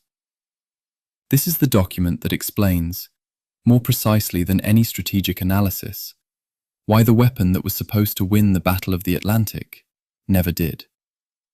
The Type 21 was genuinely revolutionary. That needs to be stated plainly before the production failures are examined, because the engineering innovations are real and significant and shouldn't be collapsed into the manufacturing disaster that accompanied them. The boat's hull form used a teardrop cross-section with a length-to-beam ratio of 7.5 to 1. A hydrodynamic design that prefigured post-war nuclear submarine architecture and was substantially more efficient underwater than the cylindrical hulls of the Type 7 series. The battery capacity was dramatically enlarged, 62 AFA cells compared to the Type 7C's 44, providing roughly 3.5 times the submerged endurance of the earlier boat. The hydraulic torpedo reloading system could cycle all 6 forward tubes in approximately 12 minutes, compared to around 20 minutes of manual work in the Type 7. The GHG passive sonar array distributed 48 hydrophone elements along the bow section in a configuration capable of detecting surface ship propeller noise at up to 50 miles in ideal conditions. And the sustained submerged sprint speed, confirmed in sea trials at around 16 to 17 knots, was fast enough to outrun any existing Allied surface vessel engaged in sonar prosecution. Every single one of those innovations worked exactly as the engineers intended. The tragedy of the Type 21 is not that the design was wrong. It's that the manufacturing system assigned to produce it was catastrophically unequal to the task. Albert Speer's Armaments Ministry had conceived the section build production system in 1943 as a response to the Allied bombing campaign, which was making large coastal shipyard assembly increasingly vulnerable to disruption. The concept was genuinely intelligent as a logistical proposition. Divide the Type 21's hull into 8 prefabricated sections. Build those sections at 12 dispersed inland factories scattered across Germany and occupied Europe, where bomber aircraft couldn't easily reach them. Transport the completed sections by canal barge to 3 coastal assembly yards and weld them together in final assembly. The projected assembly time from steel delivery to commissioned submarine was 176 days, less than 6 months, compared to the 18+ months required for conventional submarine construction at a single yard. If it worked, Germany could be producing Type 21s faster than the Allied bombing campaign could disrupt the factories. Speer sold the concept to Dönitz. Dönitz sold it to Hitler, and the program was officially launched with resources and priority allocations that reflected genuine high-level commitment. The theory was sound. The execution was a prolonged industrial catastrophe. The fundamental problem was tolerances. In submarine hull construction, sections must mate at their joining flanges with dimensional precision measured in fractions of a millimeter. The pressure hull of a submarine is a sealed cylindrical vessel that must maintain its integrity against the differential pressure of seawater at operational depth. For the Type 21, a design depth of approximately 135 meters, with a tested collapse depth considerably deeper. The mechanical integrity of the hull depends entirely on the quality of the welds at those joining flanges, and the quality of the welds depends on the dimensional accuracy of the sections being joined. When sections arrive at an assembly yard and the flanges don't match within the required tolerance, when one circular section's diameter is slightly larger or slightly smaller than the section it's meant to join, the weld geometry is compromised before the first arc is struck. Sections built at different inland factories by workers with varying training levels using equipment of varying precision arrived at Hamburg and Bremen with dimensional discrepancies measured in centimeters rather than millimeters. Grinding the mating surfaces down to fit took time. Shimming gaps took time. Cutting sections apart and re-welding them in the field introduced new weld joints in the most structurally critical locations of the hull. Every one of these corrections added days to the assembly schedule and introduced new potential failure points. The weld quality crisis deepened through 1944 as the Allied strategic bombing campaign depleted Germany's pool of experienced industrial welders. A pressure hull weld is not a general fabrication task. It requires years of training and consistent supervised practice to execute reliably, and it cannot be inspected adequately by visual examination alone. The critical failures are internal, within the weld material or at its bond with the parent metal, invisible from the surface. The training accelerations that the German armaments industry implemented in 1944, programs that moved workers from preliminary training to pressure hull welding responsibility in 4 to 6 weeks, produced welders who could strike an arc and complete a joint that looked acceptable on the outside and was structurally compromised within. The quality survey data from the Blohm and Voss inspection records shows weld failure rates across the late 1944 production boats of between 43 and 49% of inspected joints, nearly half. And these were the joints holding the hull of a vessel together at depths where the surrounding water pressure would exploit any weakness without mercy. The bombing of the assembly yards added another layer of disruption on top of the tolerance and weld quality problems. RAF and USAF bombing of the Schickau Worker in Danzig, the AG Weser yard in Bremen, and the Blohm and Voss facility in Hamburg caused repeated damage to assembly infrastructure and, on multiple documented occasions, destroyed sections or partially completed assemblies that represented weeks of accumulated production effort. In one documented case, a bombing raid destroyed a nearly completed Type 21 section and killed 7 workers, setting the local assembly schedule back by 3 weeks. 2,540. One of the better documented late-war Type 21s developed flooding in her forward battery compartment during sea trials due to a flange seal failure that investigators subsequently traced to a dimensional mismatch in her hull sections. She was scuttled at the war's end and raised in 1957, and the subsequent examination by German naval engineers confirmed the flange failure and identified 17 additional structural deficiencies attributable to the assembly process. 17. On a single boat, and this was a boat that had completed sea trials and been accepted for operational service. not one that had been flagged and returned. If U-2540 had 17 identifiable production defects after post-war analysis, the population of operational Type 21s in late 1944 and early 1945 was carrying structural vulnerabilities that no one had fully catalogued, and that operational service in the North Atlantic would have exposed under conditions that offered no margin for error. The steel allocation for the Type 21 program through the final 16 months of the war was approximately 67,000 tons of specialized pressure hull steel. Germany's entire tank production over the same period consumed approximately 180,000 tons of armor plate. The submarine program was consuming steel equivalent to roughly 37% of the tank production effort, for a weapons system that delivered 0 confirmed wartime kills. That's the arithmetic of the gamble as it actually played out. The section build program consumed steel, skilled labor, factory capacity, management attention, and the organizing energy of Albert Speer's entire armaments bureaucracy in pursuit of a revolutionary submarine that might, under different circumstances, have changed the course of the Atlantic War. Under the circumstances that actually existed, bombed factories, depleted welders, tolerance mismatched sections, time constraints that precluded rejection of failing welds, it produced 118 nominally completed boats, fewer than 4 of which were genuinely battle-worthy, and none of which fired a torpedo in anger before Germany surrendered. The technical innovations were real. The manufacturing system that was supposed to deliver them was not. What I find most affecting about this story, and I recognize that affecting is an odd word to use about an engineering failure analysis, is the specific cruelty of the timing. German engineers had genuinely solved the right problems.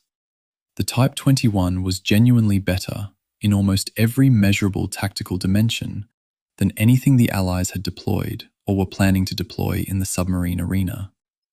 The hydrodynamic hull form, the battery capacity, the passive sonar array, the torpedo reload system, these were correct solutions to the tactical problems that had been killing conventional U-boats throughout 1943 and 1944. In another timeline, with the program launched a year earlier, with the industrial base less damaged by bombing, with experienced welders rather than 6-week trained replacements, with tolerances held to the required specification, in that timeline, the Type 21 might have changed the campaign. The engineering didn't fail. The civilization that was supposed to build it was failing faster than the engineers could work. The postscript to the Type 21 program is one of those historical ironies that rewards close attention. The Soviet Union received 4 surrendered Type 21s under the Allied division of German naval assets at the end of the war. Soviet engineers studied those boats with the intensity of analysts who understood immediately what they were looking at, and the design influences from the Type 21 are traceable. Directly, in hull form, in battery configuration, and in sonar philosophy, in the Zulu and Whiskey-class Soviet submarines of the early 1950s. Those boats formed the primary Soviet underwater threat during the opening years of the Cold War. The section build system that failed Germany in 1944, refined under peacetime conditions with adequate materials and trained workers, contributed to the weapons that confronted Western navies for the next 2 decades. Germany's war-ending weapon became the Cold War's opening threat. The technology survived the collapse of the civilization that had botched its production. It usually does. Norway, the new fortress. Somewhere in the Norwegian Resistance Museum in Oslo, there is a harbour authority logbook from Bergen dated September of 1944. On its surface, it's exactly what it appears to be. A bureaucratic record of vessel arrivals and departures, logged in the careful handwriting of a harbour administration employee going about routine work under German occupation. The boat numbers, the arrival times, the designated berths. And then, In the margin, in a slightly different hand, identified by post-war investigators as belonging to a resistance worker embedded in the harbour administration, the same information repeated, with additions.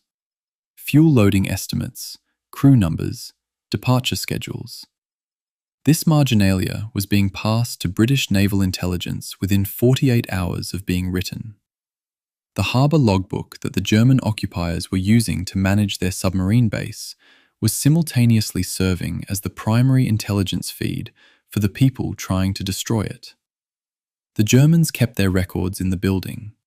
The Norwegians kept their own version of those records in London. The evacuation of the French Atlantic bases in August of 1944 was not, as it might appear from a distance, an entirely disorderly retreat. It was a managed, operational redeployment, chaotic in places, costly in transit losses, but ultimately successful in moving the surviving operational fleet from bases that were becoming untenable to bases that offered genuine physical protection. The fjord geography of the Norwegian coast, with its deep water anchorages surrounded by high granite walls, its complex network of inner leads and sheltered channels, and its distance from the airfields that had been making Bay of Biscay transits so deadly, gave the U-boat arm something it had been steadily losing since 1943, a place where the boats couldn't easily be bombed at the dock.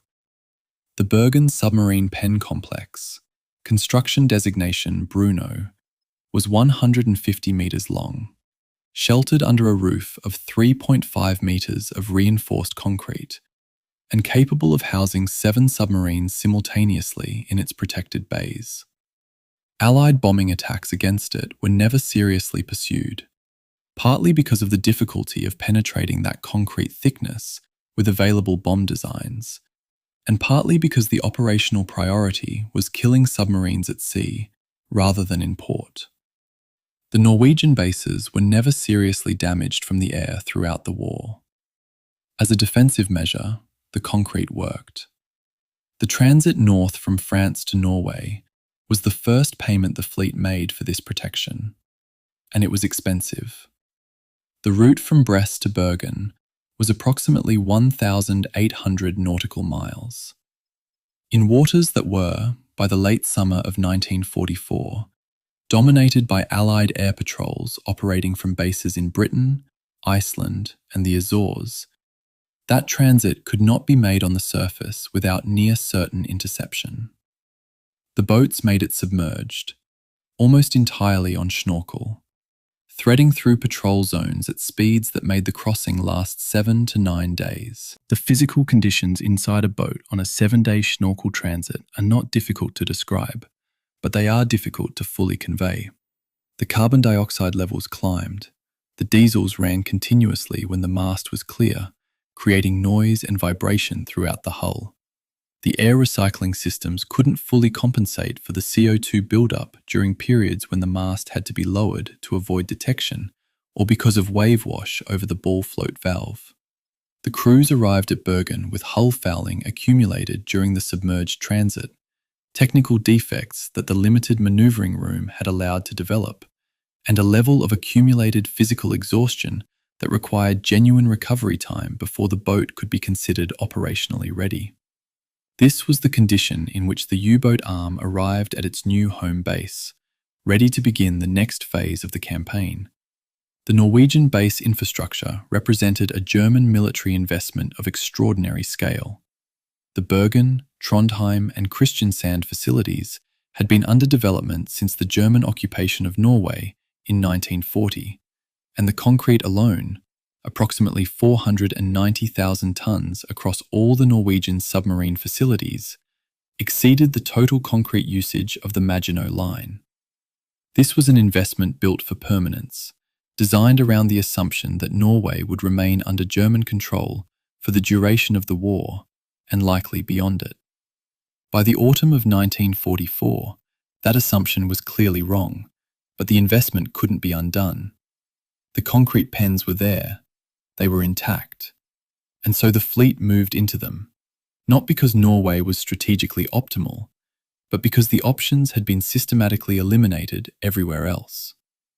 The operational mathematics of Norwegian basing are stark when you work through them precisely. A Type 7C operating from Bergen had to cover the distance between the base and any meaningful convoy patrol zone in the North Atlantic, a transit of roughly 800 to 1,000 nautical miles in each direction. At Schnorkel speeds, this consumed approximately 10 to 14 days of a standard 40 to 50-day patrol cycle. The boat was spending between 25 and 30% of its entire deployment in transit, submerged, at low speed, making no attacks, consuming fuel, accumulating crew fatigue, operating under constant threat of aerial detection. The comparable figure for a boat operating from Lorient in 1942, where the transit to the operational zones was shorter and could be made partly on the surface, was significantly lower. Norwegian basing had reduced operational efficiency roughly by half compared to the French base period. The boats survived. They just couldn't fight effectively with what the transit left them. The Norwegian resistance network embedded in the harbour administrations along the coast added a dimension of vulnerability that the physical concrete of the submarine pens couldn't address. SOE, the Special Operations Executive, had maintained contacts within Norwegian maritime communities since the early years of the occupation, and by 1944, those networks had developed into functioning intelligence pipelines. The Admiralty's assessment, filed in October of 1944, rated the Norwegian intelligence network as providing actionable tactical intelligence on U-boat movements with a lead time of 6 to 18 hours. 6 to 18 hours was enough to vector anti-submarine patrol aircraft to the appropriate coastal sector, enough to warn convoy routes of an approaching threat, enough to position surface escort groups in the likely transit corridors. The German Abwehr, military counterintelligence, suspected a Norwegian source within the Bergen Harbour Authority from late 1944, according to captured German counterintelligence records. They failed to identify the specific network before the war ended. The marginalia in the harbour logbook kept appearing in London. What the German records show, and what the Norwegian accounts confirm from the opposite direction, is a curiously mismatched picture of how aware each side was of the other's intelligence activities. The German Abwehr records from the Bergen area in late 1944 reflect a general concern about information leakage without a specific identified source. They knew something was wrong with their operational security at the base level, but they couldn't locate the mechanism. The Norwegian resistance records, by contrast, describe a relatively functioning and confident intelligence operation, feeding positional data to London on a timely basis and aware that the Germans had suspicions but had not identified the network. The two pictures don't contradict each other. They describe the same situation from different vantages, and the gap between them is the space where the intelligence operation was surviving. The view from inside a U-boat approaching Bergen on Schnorkel in the autumn of 1944 is described in several post-war memoirs, and it doesn't read like a homecoming. The approach required submerged transit through the outer fjord approaches at periscope depth, the commander making brief periscope observations at intervals of several minutes, threading the navigation channels between islands that the harbour pilots, some of them, the ones not feeding intelligence to London, could have managed in their sleep. The smell inside the boat after 6 days of Schnorkel transit was the specific combination of diesel exhaust residue, accumulated sweat, and the faint chemical undertone of CO2 buildup that every surviving U-boatman described with remarkable consistency in their post-war accounts. Arriving at a Norwegian base was arriving at safety of a kind. The pens were bomb-proof. The immediate threat was reduced. But it was the safety of a place that had become a waiting room rather than a launching point, and the men in the boats understood the difference.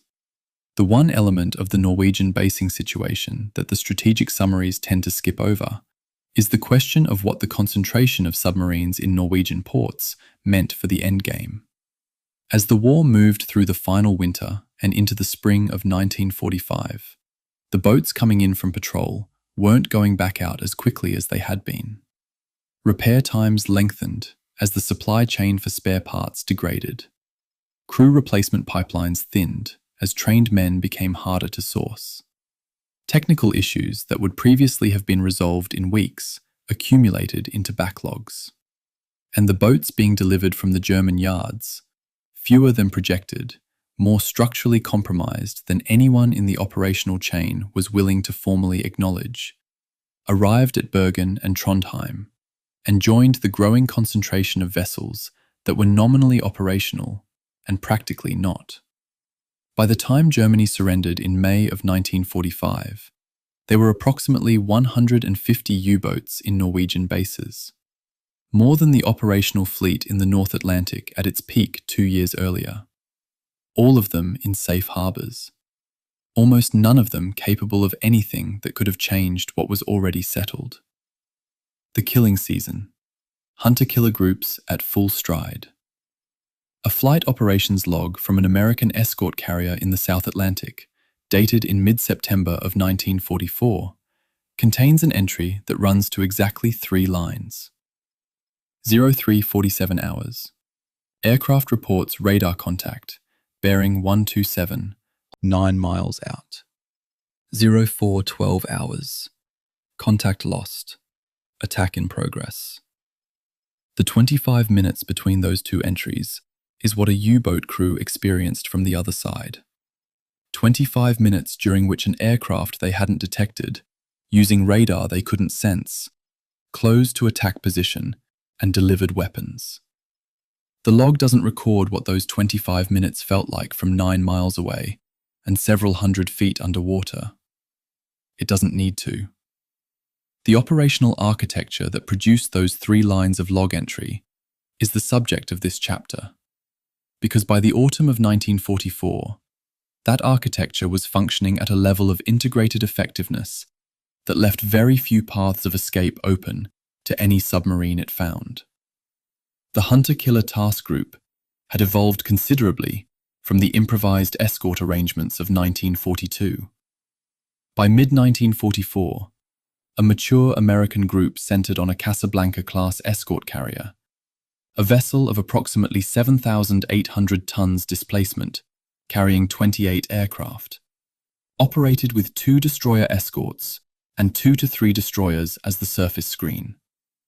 The escort carrier was the heart of the system, not because of its own anti-submarine capability, but because of what it could put in the air continuously. Daytime patrols extended to a 40-mile radius around the group, maintained by rotating Avenger and Wildcat pairs, flying overlapping search patterns. At night, radar-equipped Avengers flew continuous sweeps, their ASV Mark III sets covering the sea surface for any radar return that shouldn't be there. The surface destroyers maintained ASDIC watch on the water beneath and around the group, their sonar operators listening continuously for the propeller signatures and hull noise of submerged contacts. The combination of air and surface coverage created a detection environment in which a U-boat that was visible on the surface, or audible underwater, had a very high probability of being found. The TBF Avenger, in its anti-submarine configuration, was a machine built for a specific tactical problem, and by 1944, it had been fitted with the weapons to solve it. The APS-4 search radar occupied an underbelly radome, the same 10-centimeter technology that was hunting U-boats from British Coastal Command aircraft, now carried by carrier-borne aircraft, ranging hundreds of miles from the nearest fixed airfield. The depth charges in the weapons bay were standard issue, but the weapon that transformed aerial anti-submarine attack from an art requiring near-perfect delivery geometry into something considerably more reliable was the Mark 24 acoustic homing torpedo, designated FIDO in Allied operational documents, and classified at a level of secrecy that exceeded even Ultra for most of the war. FIDO was a passive acoustic homing weapon. It didn't need to be delivered at a precise angle or with exact timing relative to the target's track.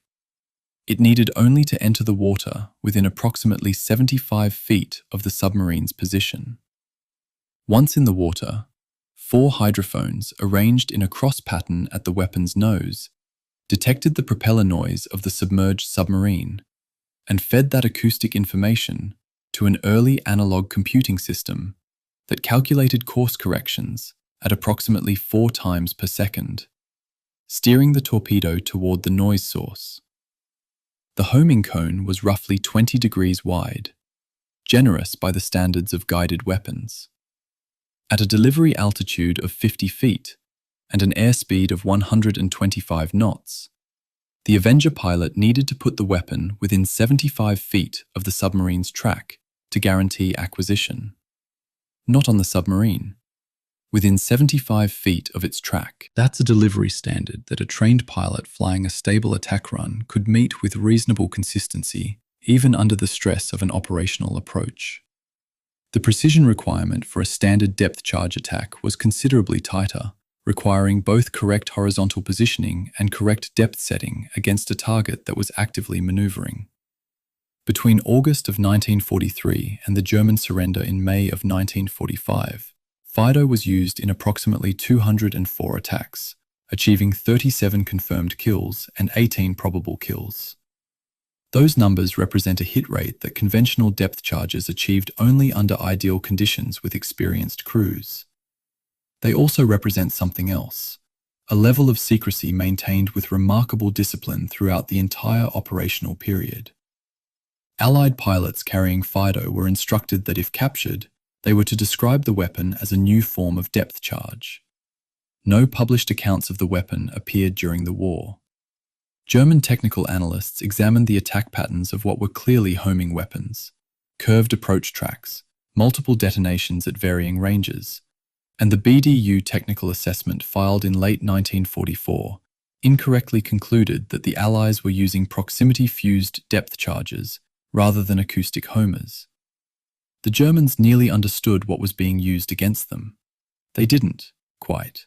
And that gap in their analysis meant they couldn't develop effective countermeasures to a weapon whose operational principle they hadn't correctly identified. Captain Frederick Walker's death in July of 1944 had deprived the Royal Navy of its most innovative anti-submarine tactician. But the doctrine he'd refined, the cooperative creeping attack, the directing and attacking ship roles, the radio coordination that allowed a prosecution to continue through the sonar dead zone that had previously allowed submarines to escape, had been distributed through Coastal Command and Western Approach's instructions to every escort group in the North Atlantic and beyond. It wasn't one man's method anymore. It was the method. A destroyer crew in the autumn of 1944, prosecuting a sonar contact through a 14-hour hunt, was doing precisely what Walker had developed over 2 years of operational refinement. The individual had gone. The institutional knowledge had been fully transferred.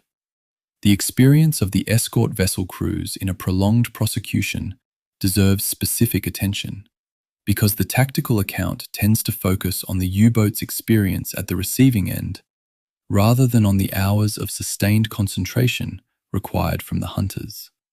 A submerged contact in the autumn of 1944 might go deep, 170 or 200 meters, down into the colder, acoustically complex water layers where density gradients bent sonar beams and created false returns. The ASDIC operator on the prosecuting vessel had to interpret those returns in real time, distinguishing between a submarine that was maneuvering, a submarine that was stationary and quiet, a school of fish, a thermocline echo, or a genuine bottom feature. The wrong call meant a depth charge pattern delivered to empty water and the submarine slipping away. The right call, prosecuted by the coordinated directing and attacking method, meant charges arriving where the submarine actually was, rather than where it had been predicted to be. The cognitive demand was sustained and very high, and it lasted for hours, not minutes. After 14 hours of prosecution, if the contact was lost, the crew filed their report and went back on watch.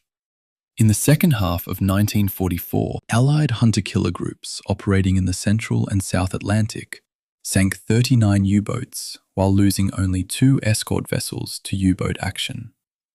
The kill-to-loss ratio of approximately 19.5 to 1 reflects not individual acts of skill, though those were present, but a systemic industrial advantage expressed through coordinated doctrine, radar technology, acoustic homing weapons, and a signals intelligence feed that frequently delivered pre-positioned contacts rather than requiring open ocean searches.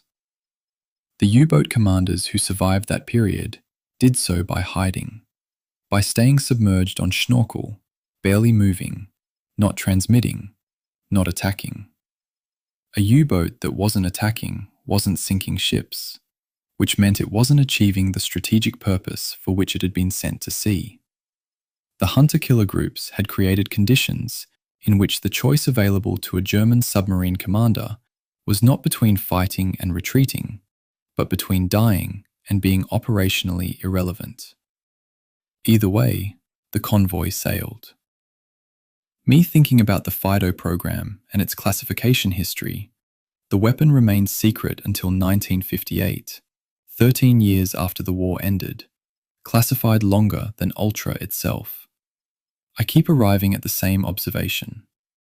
The United States Navy classified it for so long because they considered it a live operational asset for Cold War anti-submarine use against Soviet submarines.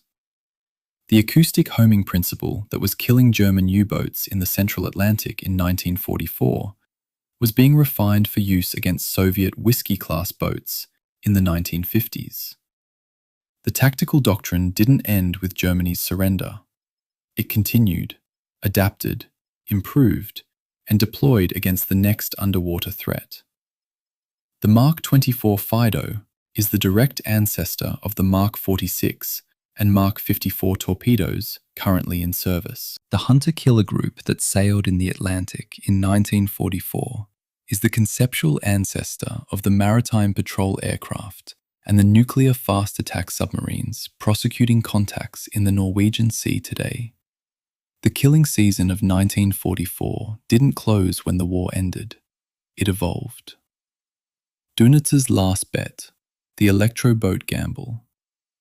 In October of 1944, Admiral Karl Dönitz wrote an assessment in the BDU War Diary that projected 12 operational Type 21s available for frontline service by January of 1945, rising to 40 by April. He wrote this with apparent conviction. He had access to the production reports from Bloom and Voss, from the AG Weserjahre, from the Schickau Werke. He knew the section tolerances were causing assembly delays. He knew the weld quality inspections were returning failure rates that would have caused a peacetime shipbuilding program to pause and investigate. He knew the Allied bombing campaign was disrupting the assembly yards on a recurring basis. He wrote the projection anyway. In January of 1945, the number of Type 21s operationally ready for frontline service was 0. The gap between the written projection and the operational reality is the chapter. Everything else in Dönitz's final year of command flows from the question of what that gap represents. Begin with what Dönitz understood about the Type 21's genuine capabilities, because the strategic logic underlying his commitment to the program wasn't irrational. A single operational Type 21, exploiting its 17-knot submerged sprint speed and its ability to remain underwater almost indefinitely on its enlarged battery capacity, could approach a convoy at speeds that outran any Allied sonar prosecution. It could fire 6 torpedoes in a first salvo and reload all 6 tubes in 12 minutes.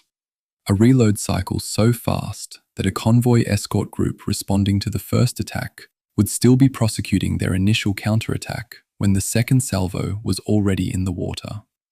It could then sprint away from the escort response at a speed no Allied destroyer could match in underwater pursuit, diving deep and running silently until the prosecution lost contact. Against the convoy escort doctrine that had been killing Type 6s throughout 1944, A handful of Type 21s, operating with tactical discipline, could have produced results that would have demanded a complete Allied doctrinal response. Dönitz wasn't wrong about what the boat could do. He was wrong about when it would be available to do it. The relationship between Dönitz and Albert Speer in the final year of the war was central to the program's prioritization, and it's one of the more revealing institutional relationships in the entire German war effort. Speer, the armaments minister who had transformed German industrial production after taking office in 1942, was the gatekeeper for steel allocations, factory capacity, and labor assignment across the entire German war economy. Dönitz argued his case to Speer throughout 1944 with considerable persuasive force, securing priority allocations of specialized steel and factory capacity that competing programs, tank production, aircraft manufacturing, the V-weapon projects, were also competing for. He convinced Speer. He convinced Hitler. The question that the archival record raises, and doesn't cleanly answer, is whether he convinced himself. His post-war memoir, 10 Years and 20 Days, presents a Dönitz who communicated the contingent and uncertain nature of the Type 21 program to both Speer and Hitler throughout 1944, who understood the manufacturing challenges and who continued advocating for the program as a rational, calculated risk, given the absence of any other path to changing the strategic situation.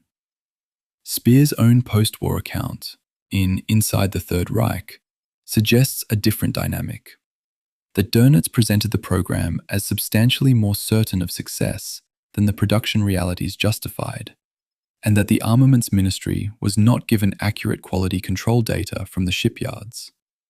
The gap between these two accounts matters because it speaks to the question of institutional honesty within the German command structure in the final year of the war. Both accounts were written by men with strong motivations to shape the post-war record in their favor. The wartime documents, the BDU war diaries, the Marine Waffenamt production assessments, the Speer Ministry allocation records, suggest a picture closer to Speer's account than to Dönitz's. The projections that appeared in the BDU diary were consistently more optimistic than the production data in the same files warranted. Between July and September of 1944, while the Type 21 boats were still in early production, while the section build system was producing its documented cascade of tolerance failures and weld deficiencies, the conventional U-boat fleet lost 62 boats, 62 crews, in 3 months. These men were dying not as part of a campaign that was achieving its strategic purpose, but as a holding action, keeping the U-boat arm nominally operational, sustaining the appearance of continued Atlantic pressure, while the wonder weapon was assembled in yards that were being bombed, and by workers who had been trained for 6 weeks. Dönitz knew the casualty rate. He was receiving the monthly loss summaries. He issued the patrol orders anyway. The question of whether this constitutes a defensible strategic decision, buying time for a transformative capability at the cost of steady conventional losses, or whether it represents something morally more troubling, is one that the documents don't resolve, and that post-war scholarship has addressed with notable inconsistency. The October of 1944 Führer conference record, the transcript of a briefing in which Dönitz presented the U-boat situation to Hitler, is a document worth reading with attention to what it omits as much as what it contains. The spoken portion of the conference, preserved in the stenographic record, shows Dönitz presenting the Type 21 program as transformative, discussing its technical capabilities in terms that maintained Hitler's investment in the program, and framing the current operational losses as a temporary condition that the new technology would reverse. The actual casualty data for the preceding quarter, the 62 boats lost in 3 months, appears in the briefing annex. It is not discussed in the body of the conference. Hitler received a technology briefing. The loss statistics sat in an appendix. Whether this arrangement was deliberate or simply reflected established conference procedure is not definitively answerable from the surviving transcript. What is observable is the result. Hitler remained committed to the Type 21 program, and the patrol orders for the conventional fleet continued going out. What the program ultimately cost in steel and production capacity, approximately 67,000 tons of specialized pressure hull steel, equivalent in resource terms to roughly 37% of contemporary tank production, is the hard industrial accounting of the gamble. A U-boat arm that had committed those resources to maintaining and improving its conventional fleet, rather than betting on a revolutionary design that the manufacturing system couldn't deliver on time, would still have been losing the Atlantic War. The structural factors, ultra, radar, hunter-killer groups, the collapse of the milk cow supply network, would still have been operative. But it might have been a conventional fleet losing the war, with marginally more operational capacity, rather than a conventional fleet losing the war, while the resources that might have sustained it were being consumed by a program that delivered nothing in time to matter. Dönitz was appointed Hitler's successor as German head of state in Hitler's final political testament on the 30th of April, 1945. His brief tenure as Reich president, approximately 23 days, was occupied entirely with managing Germany's unconditional surrender in a way that maximized the number of German servicemen who could surrender to Western Allied forces rather than to Soviet ones. His defenders have consistently argued that this final phase of his leadership, whatever its legal and moral complexity, saved lives. The question of whether his decisions throughout 1944, the patrol orders that continued sending crews to sea, at loss rates the BDU internal documents showed approaching certainty of death, can be reconciled with that final act of pragmatic humanity, is one that historians have answered differently depending on the framework they apply. What isn't in dispute is the gap between the October 1944 projection and the January 1945 reality. 12 operational Type 21s by January, 0 in January. That's not a planning error. That's an institution in a state of systematic self-deception, producing projections that its own data couldn't support, because the alternative to projection was acknowledgement, and acknowledgement was something the system had no mechanism to survive. The Schnorkel War, invisible and suffocating. A medical log from the 7th U-boat flotilla's base at Bergen, dated November of 1944, records the admission of 14 crew members from a single boat following a 38-day patrol. The diagnoses: 3 cases of chronic carbon dioxide poisoning, 2 cases of pressure-related tympanic membrane rupture, burst eardrums from the pressure differentials created by the Schnorkel system, 4 cases of acute anxiety disorder, and 5 cases of general physical exhaustion, classified in the German naval medical vocabulary as Kampfmüdigkeit, which translates approximately as combat fatigue, but carries a clinical precision that the English term doesn't quite capture. 14 men, 1 boat, 38 days, 0 torpedo attacks. This is what the Schnorkel War looked like from inside the medical record, stripped of the strategic language that normally surrounds it. The boat had survived. That was the operational success. The price of surviving was 14 men in hospital. The Schnorkel, originally a Dutch naval invention, retrieved from the designs of the Royal Netherlands Navy following the German occupation of the Netherlands in 1940, was, in its principle, elegantly simple. A mast extended from the submarine's conning tower could raise an air intake and a diesel exhaust return above the surface, while the boat remained submerged at periscope depth. The diesels ran, charging the batteries, while only a small metal tube, 35 centimeters in diameter for the air intake, projected above the waterline. The radar cross-section of that tube was approximately 1.2 square meters, compared to the 40-odd square meters presented by a fully surfaced Type 7C. The reduction in detectability was real and operationally significant. In waters covered by centimetric radar-equipped patrol aircraft, the difference between a surfaced submarine and a Schnorkel mast was roughly the difference between being reliably found and having a meaningful chance of remaining undetected. The Schnorkel didn't make U-boats invisible. It made them much harder to find, at exactly the moment when being found meant dying. The physiological consequences of Schnorkel operations were not fully anticipated during the design phase, and by 1944, they were being documented in flotilla medical records with increasing frequency and severity. The mechanism was simple, but its effects were cumulative and serious. The Schnorkel mast used a ball float valve at its head to prevent seawater ingestion when a wave washed over the mast or when the mast dipped below the surface during maneuvering. The valve worked by straightforward physics. A hollow steel sphere of 22 centimeters diameter, floating on the air current passing through the intake, rising to close against the valve seat when the mast submerged. When it closed, the running diesel engines, each consuming large volumes of air per minute at operational power, immediately began drawing air from inside the pressure hull rather than from outside.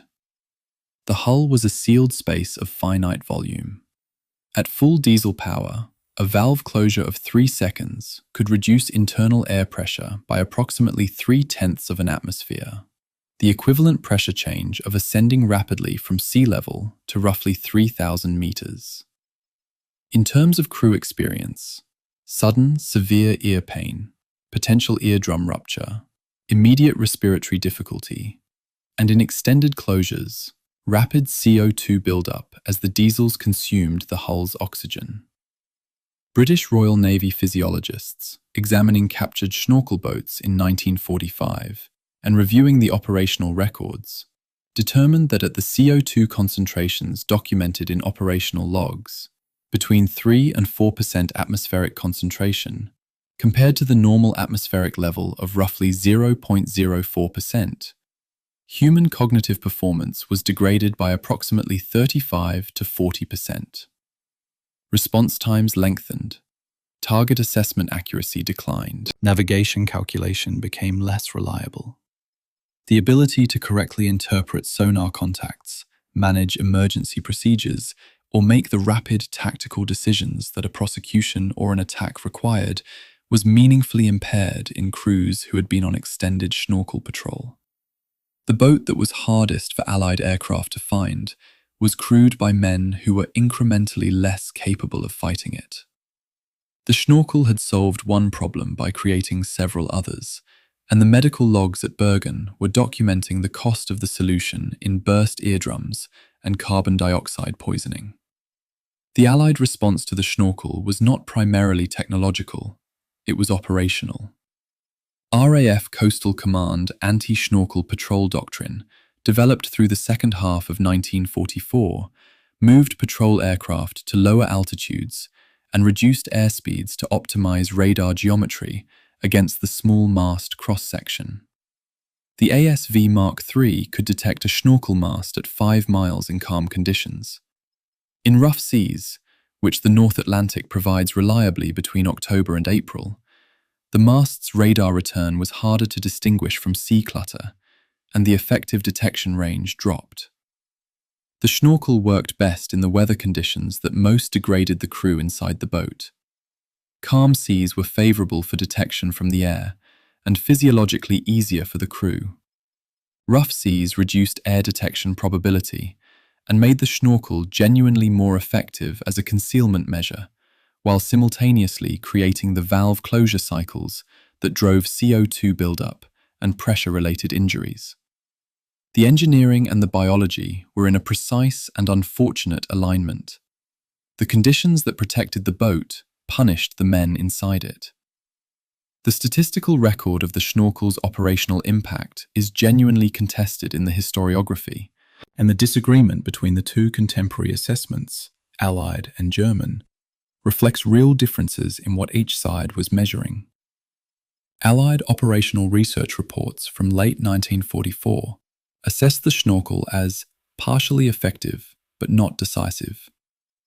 The BDU quarterly assessments claimed it had largely neutralized the Allied air threat.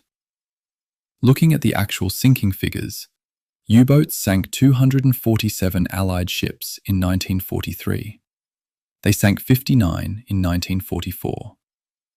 Much of that reduction was due to factors other than the Schnorkel: the collapse of the milk cow supply network, the continued improvement of Allied escort doctrine, the loss of the French bases, and the consequent reduction in operational efficiency. But the fact that the losses didn't continue declining at the same rate as Allied technology improved suggests the Schnorkel did provide meaningful protection. The Allied assessment was too dismissive. The German assessment was too self-congratulatory. The honest conclusion is somewhere in the middle, weighted toward the German assessment. The Schnorkel genuinely kept more boats alive than would have survived without it, while making those surviving boats significantly less effective at their primary purpose. There is a specific incident from October of 1944, the loss of U-1226, that illustrates the Schnorkel's hidden dangers in a way that operational statistics don't capture. She was a Type 9 boat, Schnorkel-equipped, operating in the North Atlantic. She was lost with all 56 crew members under circumstances that remain partially unresolved in the documentary record. The possibilities include an Allied attack. No vessel claimed the kill with certainty. A mine, or a Schnorkel malfunction that allowed flooding at depth. In the third scenario, a failed valve closure or a flange seal failure. Exactly the kind of production defect that the Type 21 quality control records document with such uncomfortable frequency would have allowed seawater ingestion at operating depth, faster than the emergency systems could respond. A boat lost to her own breathing equipment leaves no survivor testimony and minimal debris. The ambiguity is its own kind of data. Schnorkel patrols were killing crews in ways that left no trace for historians to find, and the operational records simply note another boat overdue and presumed lost. In the second half of 1944, Schnorkel-equipped boats sank 53 Allied merchant vessels, compared to 131 in the second half of 1943, when Schnorkels were still rare in the fleet. The 60% reduction in effectiveness came despite roughly comparable numbers of U-boats on active patrol. The operational efficiency loss, measured in ships sunk per boat per patrol day, was dramatic. A boat hiding behind its Schnorkel, moving slowly, unable to sprint on the surface to reach attacking positions, unable to use high-speed maneuvering to close on convoy escorts, was a weapons system operating at a fraction of its designed effectiveness. It was surviving. It wasn't winning. And in a campaign where winning required sustained attrition of Allied shipping at rates that the Allies' shipbuilding program had already made arithmetically impossible, surviving without achieving results was simply a slower version of losing. The principle of the Schnorkel itself, the idea of providing a submarine with an air intake that allowed diesel operation while submerged, had actually been evaluated and rejected by the Royal Navy in 1942, based on an assessment of captured Dutch submarine equipment that had used a similar system. The British conclusion at the time was that the concept was tactically useful but operationally marginal. They moved on to other priorities. Germany deployed what the British had declined, and it gave the U-boat arm months of additional operational life that they would not otherwise have had.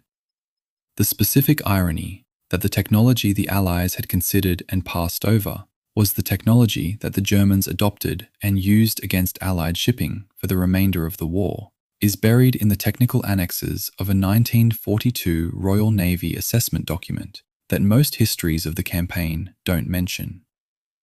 I find it difficult to pass over because it complicates the narrative of Allied technological dominance that the broader campaign tends to support. The Allies weren't always right. Sometimes they declined the correct answer, and the enemy picked it up.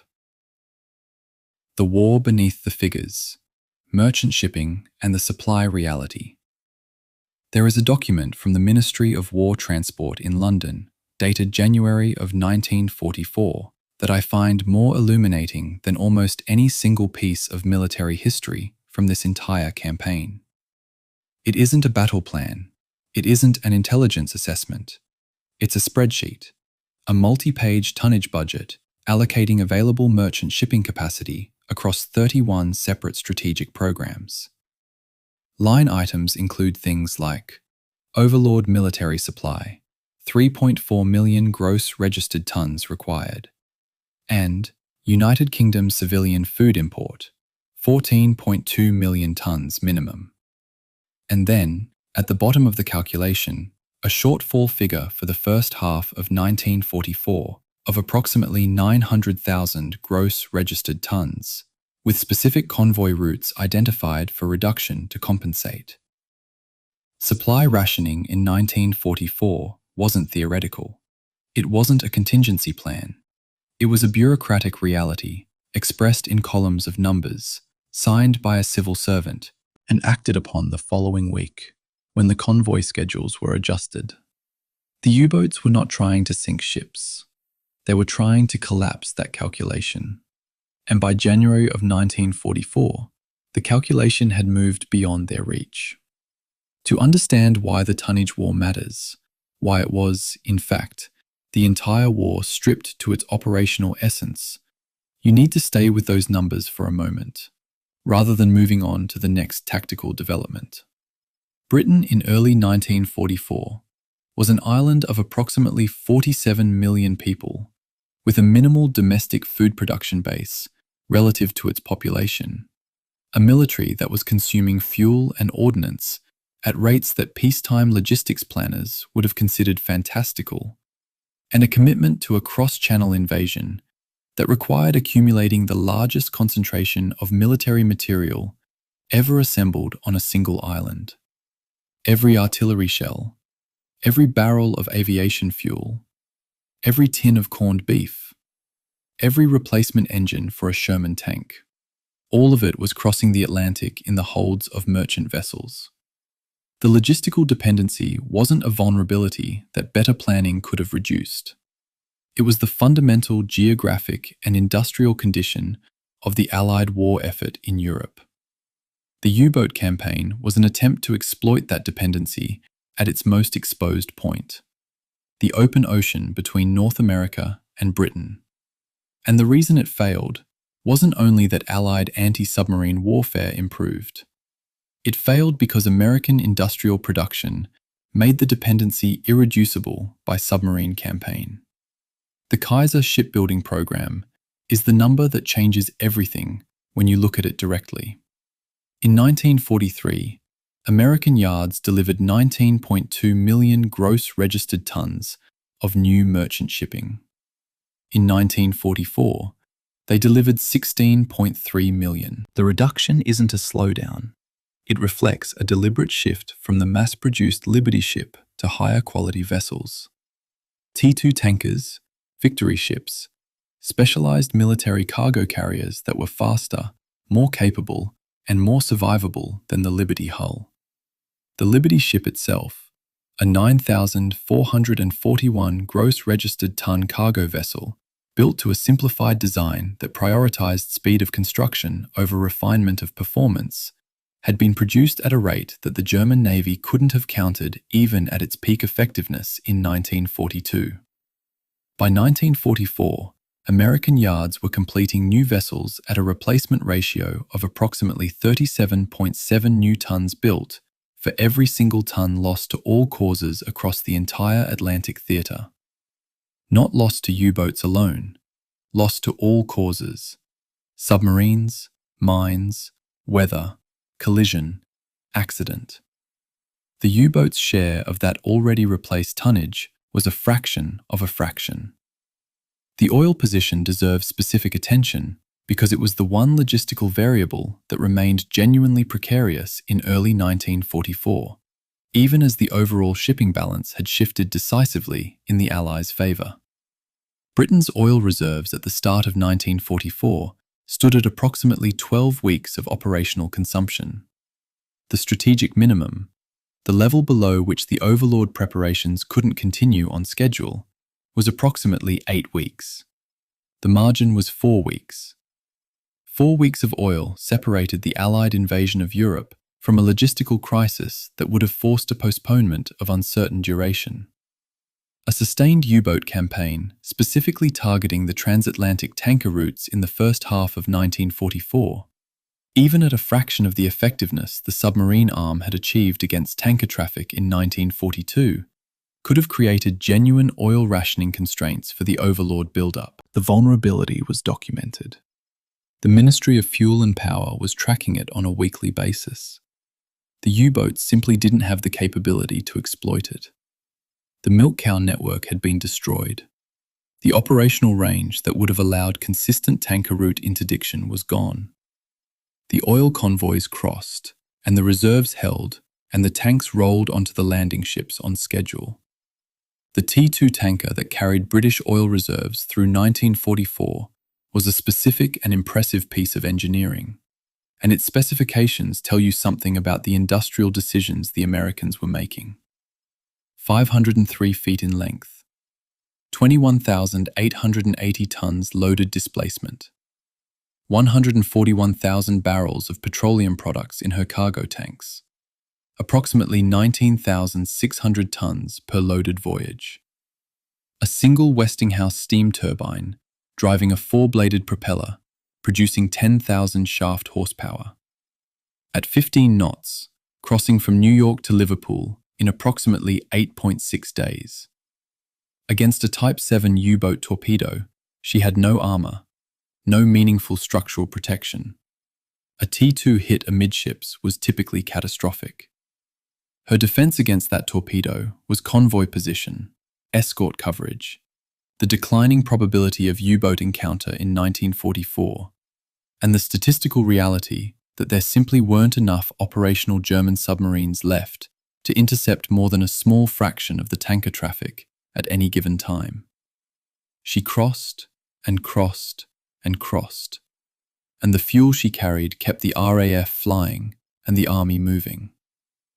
A single Liberty ship tracked through a complete year of operation gives you the scale of the thing in a way that aggregate tonnage figures can't. A specific American cargo vessel, unnamed here since my sources don't provide the vessel-level documentation required to verify individual ship histories with confidence, sailing from an Eastern American port in January of 1944, loaded with military ordnance, arriving at a British West Coast port 17 days later, unloading, reloading with industrial machinery, proceeding to the Mediterranean theatre, arriving at a North African port, reloading again, continuing onward. By December of that year, 4 complete Atlantic crossings, 2 Mediterranean runs, approximately 42,000 aggregate tons of cargo carried across 9 months of continuous service. Now multiply that operational cycle by 2,000 similar vessels, each completing a comparable program of voyages across the same calendar year. The mathematical foundation of Allied logistics becomes visible at that scale, not as a dramatic story, but as a sustained, unremarkable industrial grinding that the U-boat arm was trying to interrupt and couldn't. The Murmansk convoys represent a dimension of the supply war that the Atlantic-focused histories tend to treat as a footnote, but their strategic significance was anything but peripheral. In 1944, Allied Arctic convoys to the Soviet Union delivered approximately 1.7 million tons of material to Soviet ports, including 1,900 aircraft, 3,800 tanks, and approximately 350,000 tons of food and industrial supplies. These deliveries were sustaining Soviet offensive operations on the Eastern Front at precisely the moment when those operations were drawing German armoured and infantry divisions away from the Western defences that the Allied armies would have to break through. The interdependence between the Arctic supply route and the success of Overlord was direct and logistically quantifiable. Soviet offensives in the east kept German divisions tied down in the east, reducing the forces available to contest the Normandy landings in the west. The merchant vessels crossing to Murmansk weren't fighting in France. They were, in a real operational sense, making France possible. There's a source conflict in the shipping records from this period that I want to flag, because it illustrates something important about how we know what we think we know about the logistics war. The War Shipping Administration maintained comprehensive records of merchant vessel movements, cargo manifests, and arrival confirmations. The Liverpool Port Authority maintained its own independent receiving records.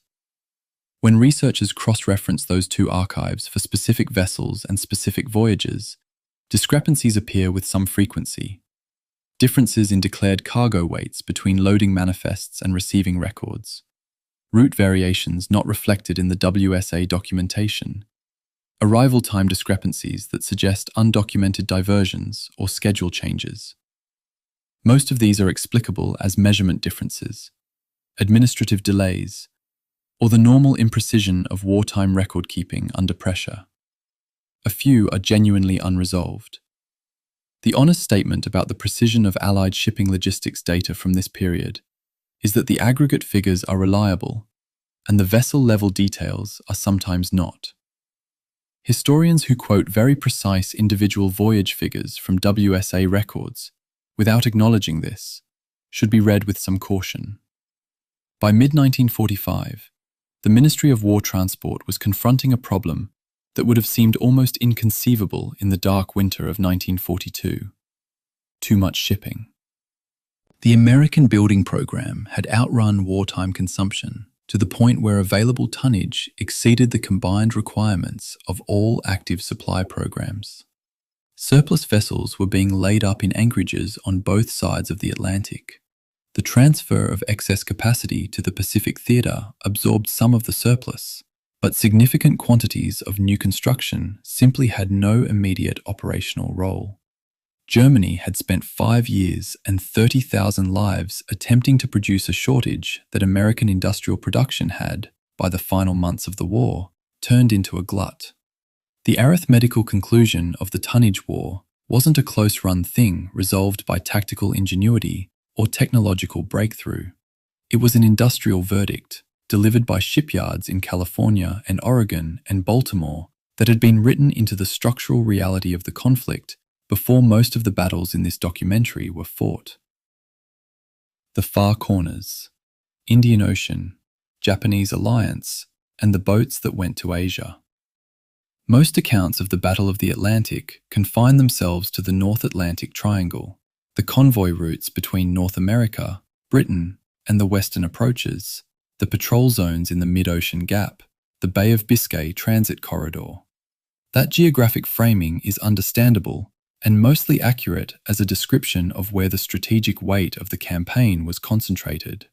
But it misses something that becomes increasingly important in the 1944 and 45 period: the fact that the U-boat war was, in its ambitions, if not always its achievements, genuinely global. Boats operated from Japanese-controlled ports in Southeast Asia. Strategic materials were exchanged between Germany and Japan via submarine cargo runs that crossed half the world. Long-range Type 9 submarines reached waters off the Australian coast, off the Cape of Good Hope, off the approaches to the Persian Gulf, and the intelligence exchanges between Germany and Japan, filtered through naval attaché offices in Berlin and Tokyo, transmitted via encrypted radio and, when that wasn't secure enough, by the submarines themselves, represented a late-war technological cooperation that neither ally had the industrial capacity to fully exploit. A Japanese Naval Ministry intelligence report from September of 1944, translated and filed in the Allied Combined Intelligence Center Pacific Archives, described the German U-boat situation in the Atlantic as, in its assessment, strategically terminal. Japan's naval analysts in Berlin were watching the German campaign with the cold-eyed pragmatism of an ally that had its own catastrophic war to manage. They recommended accelerating the extraction of German submarine technology while the opportunity remained. This is a document that challenges the narrative of Axis solidarity. Japan's intelligence community was conducting a rational assessment of a partner's military situation and concluding that the partner was finished, while simultaneously continuing to negotiate for the technology transfer that would allow Japan to benefit from German engineering, even as German forces were losing the war. The alliance was never sentiment, it was transaction. And by late 1944, one party to the transaction was negotiating from a position of obvious terminal weakness, and the other party knew it. The Monsoon Grouper, the group of U-boats dispatched to operate from Penang in Japanese-controlled Malaya, represented Germany's attempt to project submarine power into a theatre where Allied anti-submarine warfare was significantly less developed than in the North Atlantic. The concept had genuine logic behind it. The Indian Ocean in 1943 and early 1944 was lightly escorted compared to the Atlantic convoy routes. The Allied anti-submarine aircraft presence was thinner, the escort group doctrine less mature, the radar coverage less comprehensive. A Type 9 boat operating from Penang could range across the Indian Ocean approaches, attack the supply lines running from the Persian Gulf and the Cape route to Allied forces in North Africa and the Mediterranean, and operate in waters where the probability of being found and killed was meaningfully lower than in the Bay of Biscay or the western approaches. At peak, the monsoon operations were drawing Allied escort resources away from the Atlantic. The strategic nuisance value was real, if modest. The practical experience of operating from a Japanese-controlled base was considerably less straightforward than the strategic concept implied. German crews in Penang couldn't communicate with local populations. They had no access to the German naval support infrastructure that the French base ports had provided, the trained technicians, the standardized parts inventories, the familiar administrative systems that kept Type 9 boats operational across multiple deployments. Japanese workshops, staffed by technicians who had never worked on a German submarine and had no German language technical manuals, performed repairs at 2 to 3 times the rate that equivalent work would have taken in Lorient or Brest. The food was different in ways that several crew diaries record with striking specificity. The Japanese preserved provisions issued by the Penang Commissariat appear in post-war memoirs with a consistency that suggests they made a lasting impression, though not an appreciative one. The cultural and logistical isolation of the monsoon cruise was a specific and under-examined dimension of what it meant to fight a global war from a position of strategic overextension. The material exchange between Germany and Japan via submarine cargo run reached its most operationally significant point in the late 1944 voyage of U-219. She had been a Type 14 milk cow, stripped of her fuel transfer equipment and her offensive capability, repurposed as a cargo vessel for strategic materials that neither country could ship by any other means.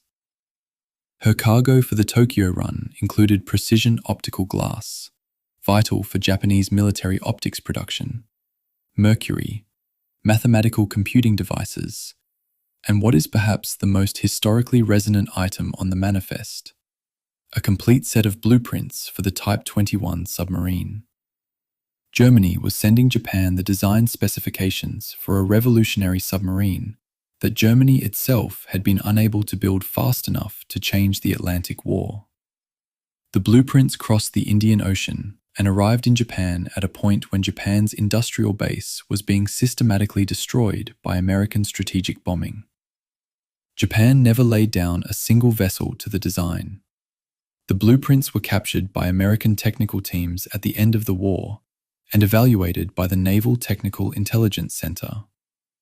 There's a specific and unresolved discrepancy in the cargo documentation from U-219's voyage that illustrates the archival difficulties of this part of the campaign. The German transport records list the optical glass component of the cargo at 7.4 tons. A Japanese naval receipt document found in the Imperial Navy archives post-war records optical material received at 6.1 tons, a difference of 1.3 tons of precision optical glass between loading manifest and receiving record. It's never been explained definitively.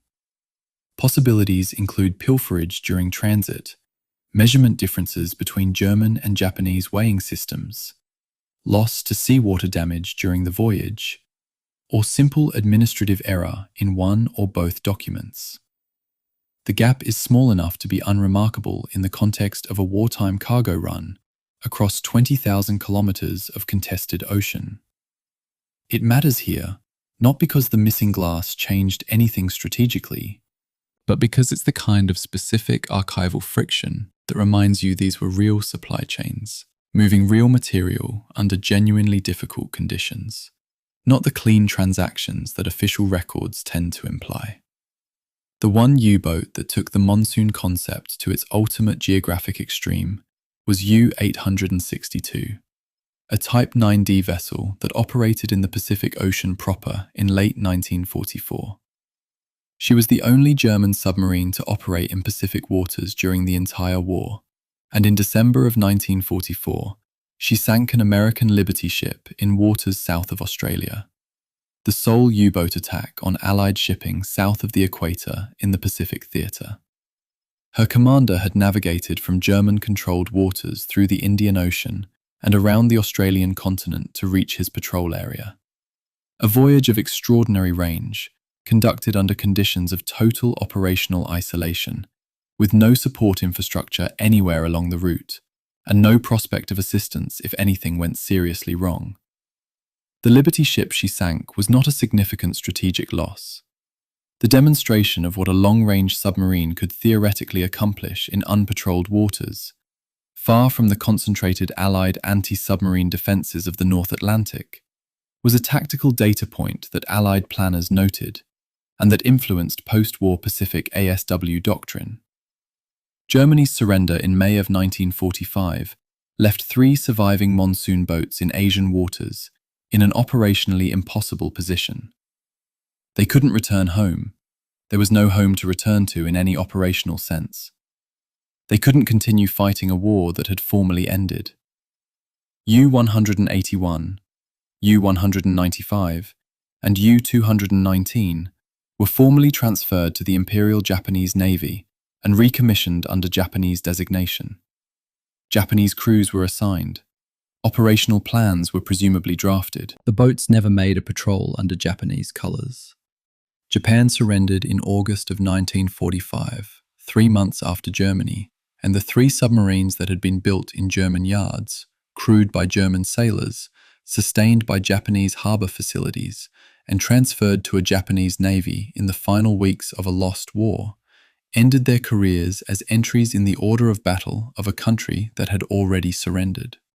The vessels that Germany had built to strangle Allied supply lines finished the war as administrative fictions in a defeated Allies' inactive fleet. The American technical assessment of the Type 21 blueprints, captured in Japan, concluded that had Japan managed to build even 6 operational equivalents by late 1945, the implications for Allied invasion planning in the Pacific would have been strategically significant. The analysis was probably correct. A Type 21 operating against the relatively thin ASW screen, protecting MacArthur's invasion fleet, thinner than the North Atlantic convoy escorts, less experienced in prosecuting high-speed, deep-diving contacts, could have achieved results that would have demanded a fundamental tactical response. Japan never built the boats. The industrial base that might have produced them had been too thoroughly destroyed. The technology transfer that Germany had executed at such logistical cost produced no operational outcome on either side of the world. The blueprints were filed, evaluated, contributed to American and Soviet post-war submarine design thinking, and became historical documents, while the war that had produced them was still being formally concluded. The Last Wolves, Winter Patrols, 1944 to 45. A meteorological log from a North Atlantic weather station vessel for the 12th of January 1945 records the conditions with the clinical precision of professional observation. Sustained winds of 47 knots, wave height 8 to 10 meters, air temperature -4 degrees Celsius, precipitation continuous, visibility variable between 0 and 2 nautical miles in squalls. Somewhere in that weather, at periscope depth or on Schnorkel, U-978 was proceeding at 4 knots toward an assigned patrol zone. The meteorological log and the submarine's position have no direct connection in the archival record. The weather station didn't know the boat was there, and the boat's crew knew the weather without needing a station to tell them, because they were inside it.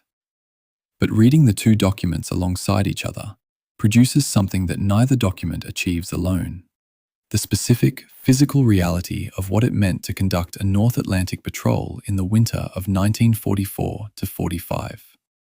Not as an abstract strategic event, as an experience. Cold steel, violent motion, the rhythmic mechanical noise of the diesel when the Schnorkel mast was clear, giving way to electric silence when a wave washed it under and the valve closed. The war diary of U-978, commanded by Korvettenkapitän Heinz Joachim Krug, is notable for what it doesn't say as much as for what it does. The majority of its entries across the January 1945 patrol are operational routine: position, course, speed, weather conditions, battery state, Schnorkel hours completed. They're the entries of a professional naval officer, recording his boat's status in the precise, abbreviated language that the form required. Long stretches of nothing to report. Long stretches of bad weather and mechanical monitoring and watch rotations, and the slow consumption of provisions as the patrol extended. Then, on the 29th of January, sonar contact, bearing 027, multiple propellers, suspected convoy, commenced approach. Then silence in the diary for 6 hours.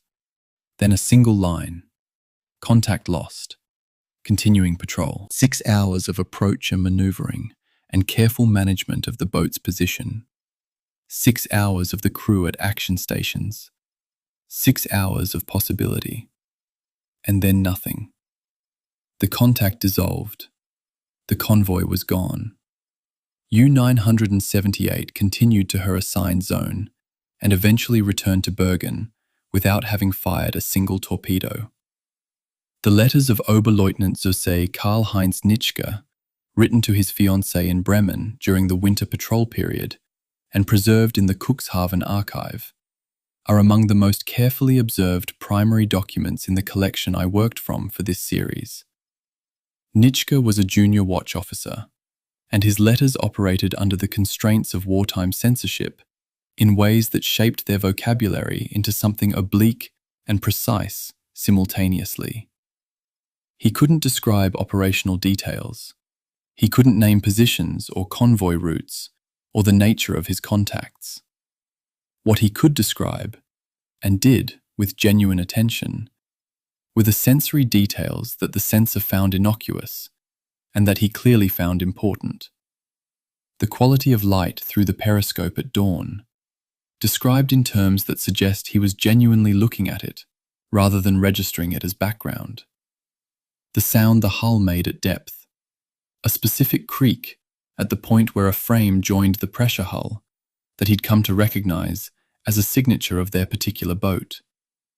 The taste of the coffee the cook produced at 0300 hours, which he describes in one letter as the most reliable thing in his current world. He wrote that he was cautiously optimistic. His war diary entries for the same days, a separate document in the same archive, record Allied aircraft overhead twice in 1 week, 2 emergency dives, 1 possible depth charge attack at range, and a notation about deteriorating crew morale. The 2 documents were written by the same man, about the same weeks. The one written for his fiancée is a performance of reassurance. The one written for his commander is a clinical observation of a worsening situation. Both are true. Neither is the complete picture. Petty Officer August Benz served in the torpedo room of a boat operating from Bergen in the first months of 1945, and his account, recorded in an interview conducted in the 1960s by a German naval historian, is remarkable for the specific quality of its sensory recall. Almost 20 years after the events he described, Benz could still articulate the exact sound of the pressure hull under a depth charge pattern. Not the explosion itself, which he describes as less salient in memory than might be expected, but the metallic ringing that propagated through the hull structure afterward, lasting several seconds, the boat's steel skeleton resonating. He recalled the specific smell of the torpedo tube lubricating oil with a precision that suggested it had been absorbed into memory at a level below ordinary attention. He described the emergency lighting as turning his crewmate's face a specific shade of yellow that he associated, even decades later, with the emotional state of acute fear. These are the kinds of sensory details that don't appear in after-action reports or war diaries, because the forms don't ask for them and the operational context doesn't invite them. They survive only in interviews conducted long after the fact, when the operational urgency has faded, and what remains is the body's memory of what it experienced. When the historian interviewing Benz asked him whether, by the spring of 1945, he had expected to survive the patrol, his answer was direct.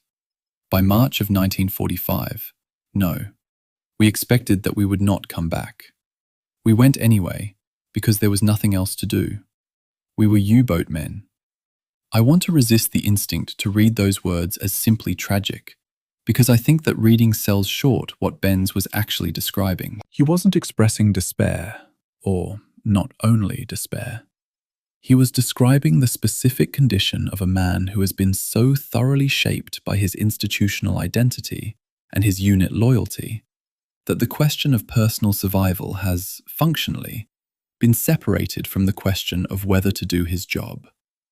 He went because the boat was going. The boat was going because Krug had orders. The orders came because BDU was still issuing patrol orders in March of 1945. The individual at the end of that chain, August Benz, torpedo petty officer, 20-something years old, in a steel tube in the North Atlantic, experienced it as having nothing else to do. The machinery of military commitment had not broken down, even when the strategic logic for the commitment had been exhausted months earlier.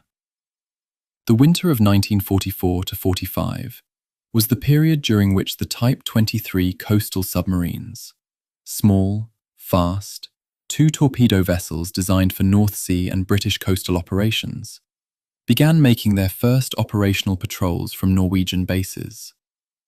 They were, in some respects, a better fit for the operational reality of 1945 than the Type 7 or Type 9 boats still making Atlantic patrols. Their small size, 34.7 meters in length, 234 tons displacement, made them harder to detect and easier to operate in the shallow coastal waters around the British Isles. Several completed operational patrols and returned safely to Bergen, something that was becoming increasingly unusual for the larger boats.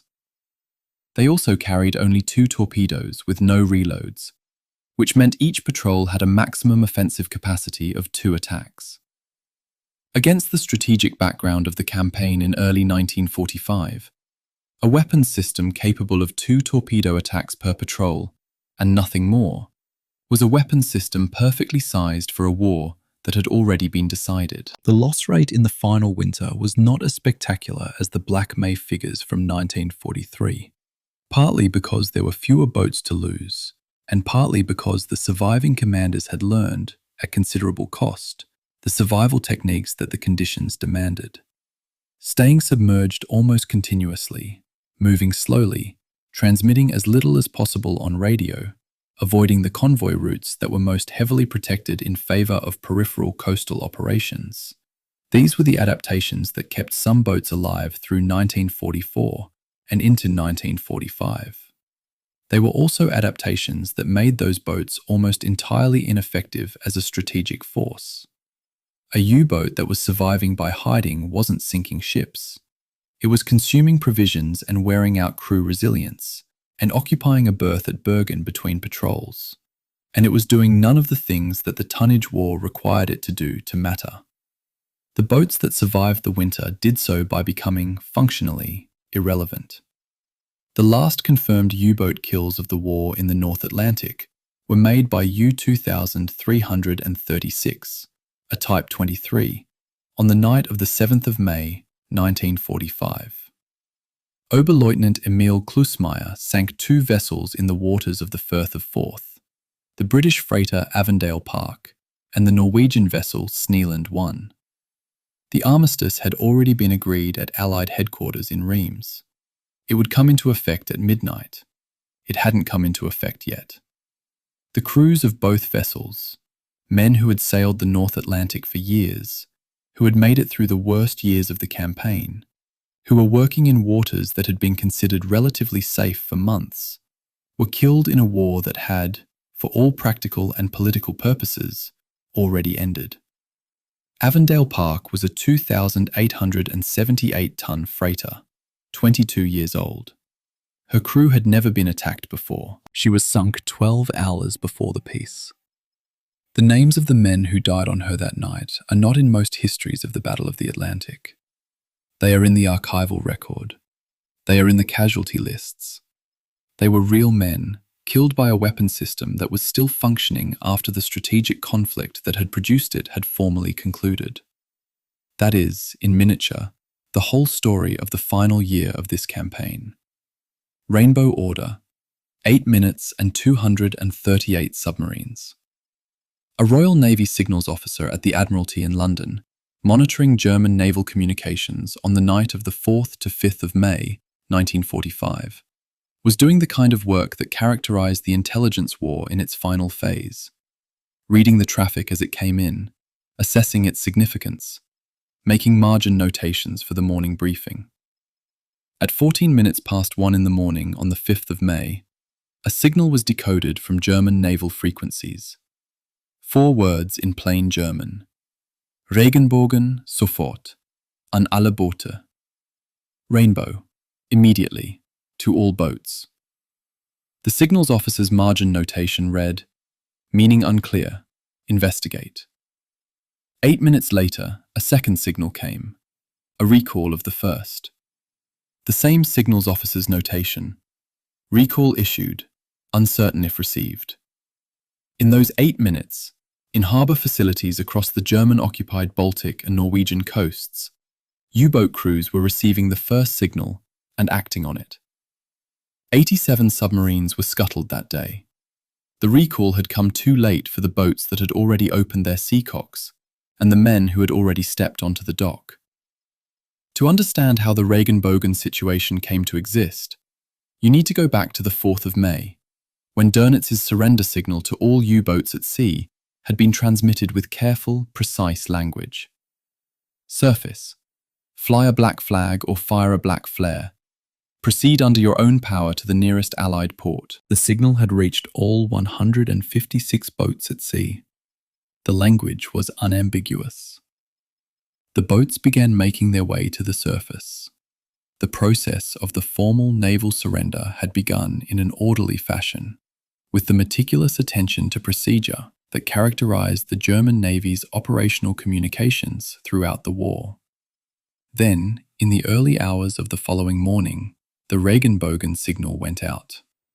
And the question of who authorized it, whether Dönitz personally ordered the mass scuttling, whether a member of his staff transmitted it on unauthorized initiative, whether the recall that followed 8 minutes later reflected a genuine change of mind or a recognition that the signal compromised the surrender negotiations, was placed before the Nuremberg Military Tribunal and has not been definitively resolved in the 80 years since.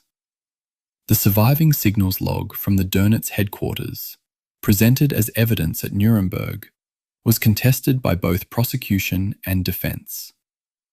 Dönitz's defense argued that the initial Regenbogen transmission was an unauthorized act by a staff officer, not a direct order from the commander-in-chief.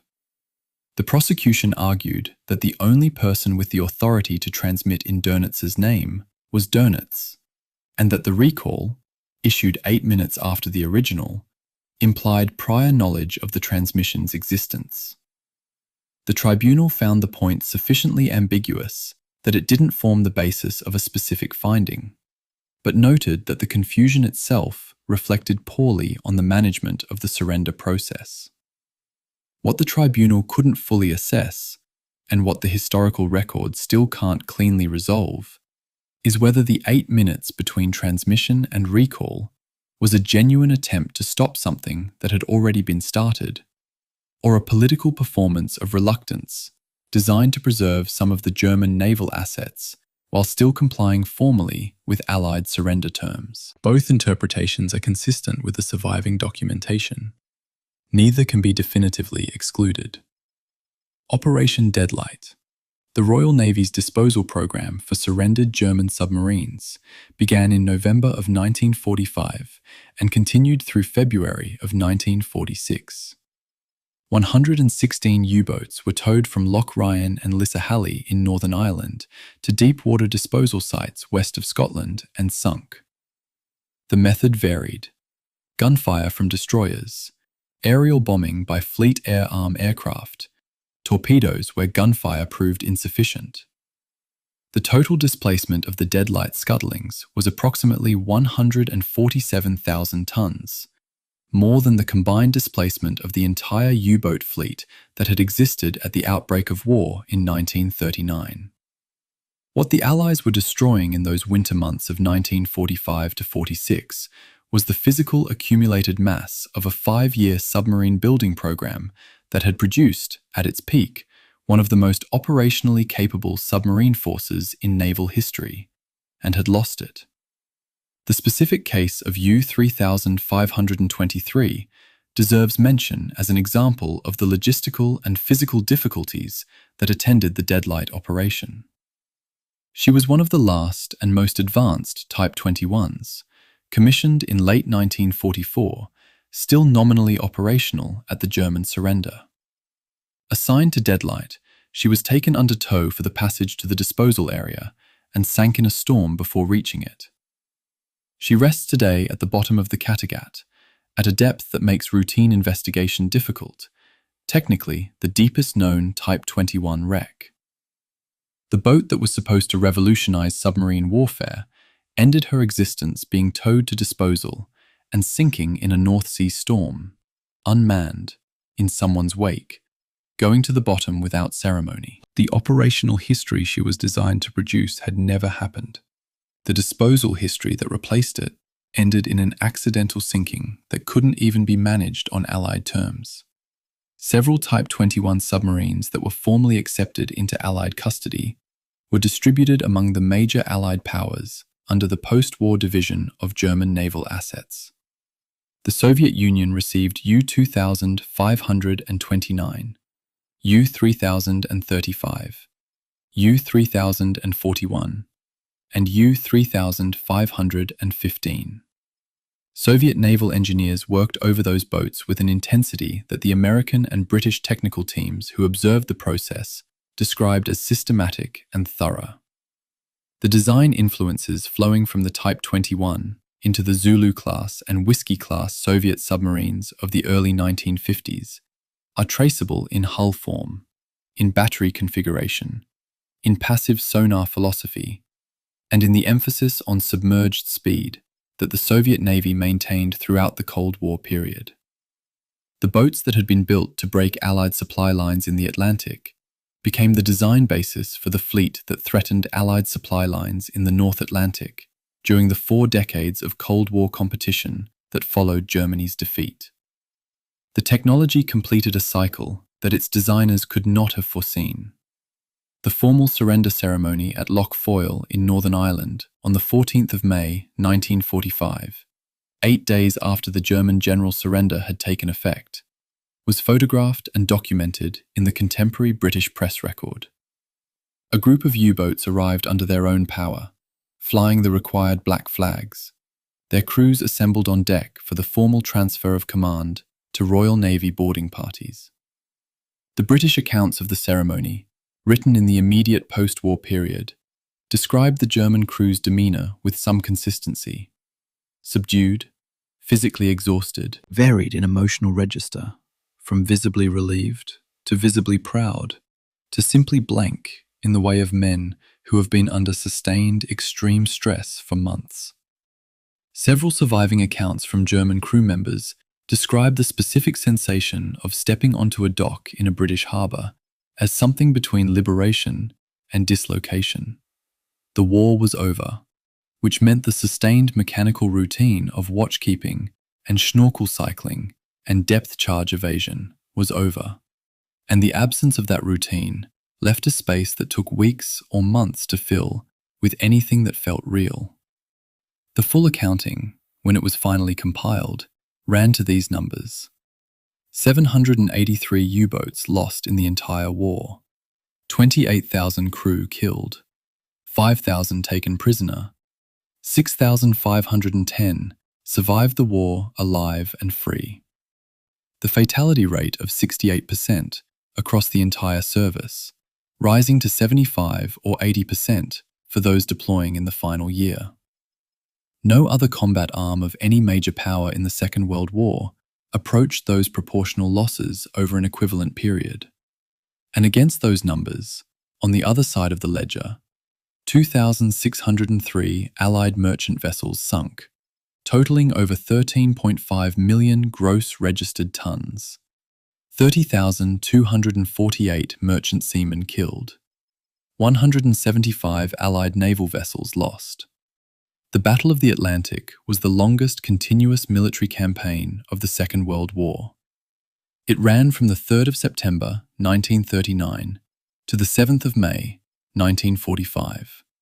5 years, 8 months, and 4 days of continuous ocean warfare, without pause, without respite, and without the kind of dramatic turning point that makes for a clean narrative.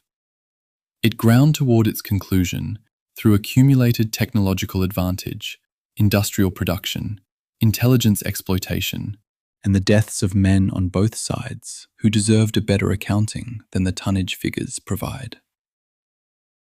The depth below the depth. Legacy, memory, and the 30,000. The Tower Hill Memorial in London stands near the northern edge of the Old City, on a site chosen because it was close to where merchant seamen had boarded their vessels for centuries.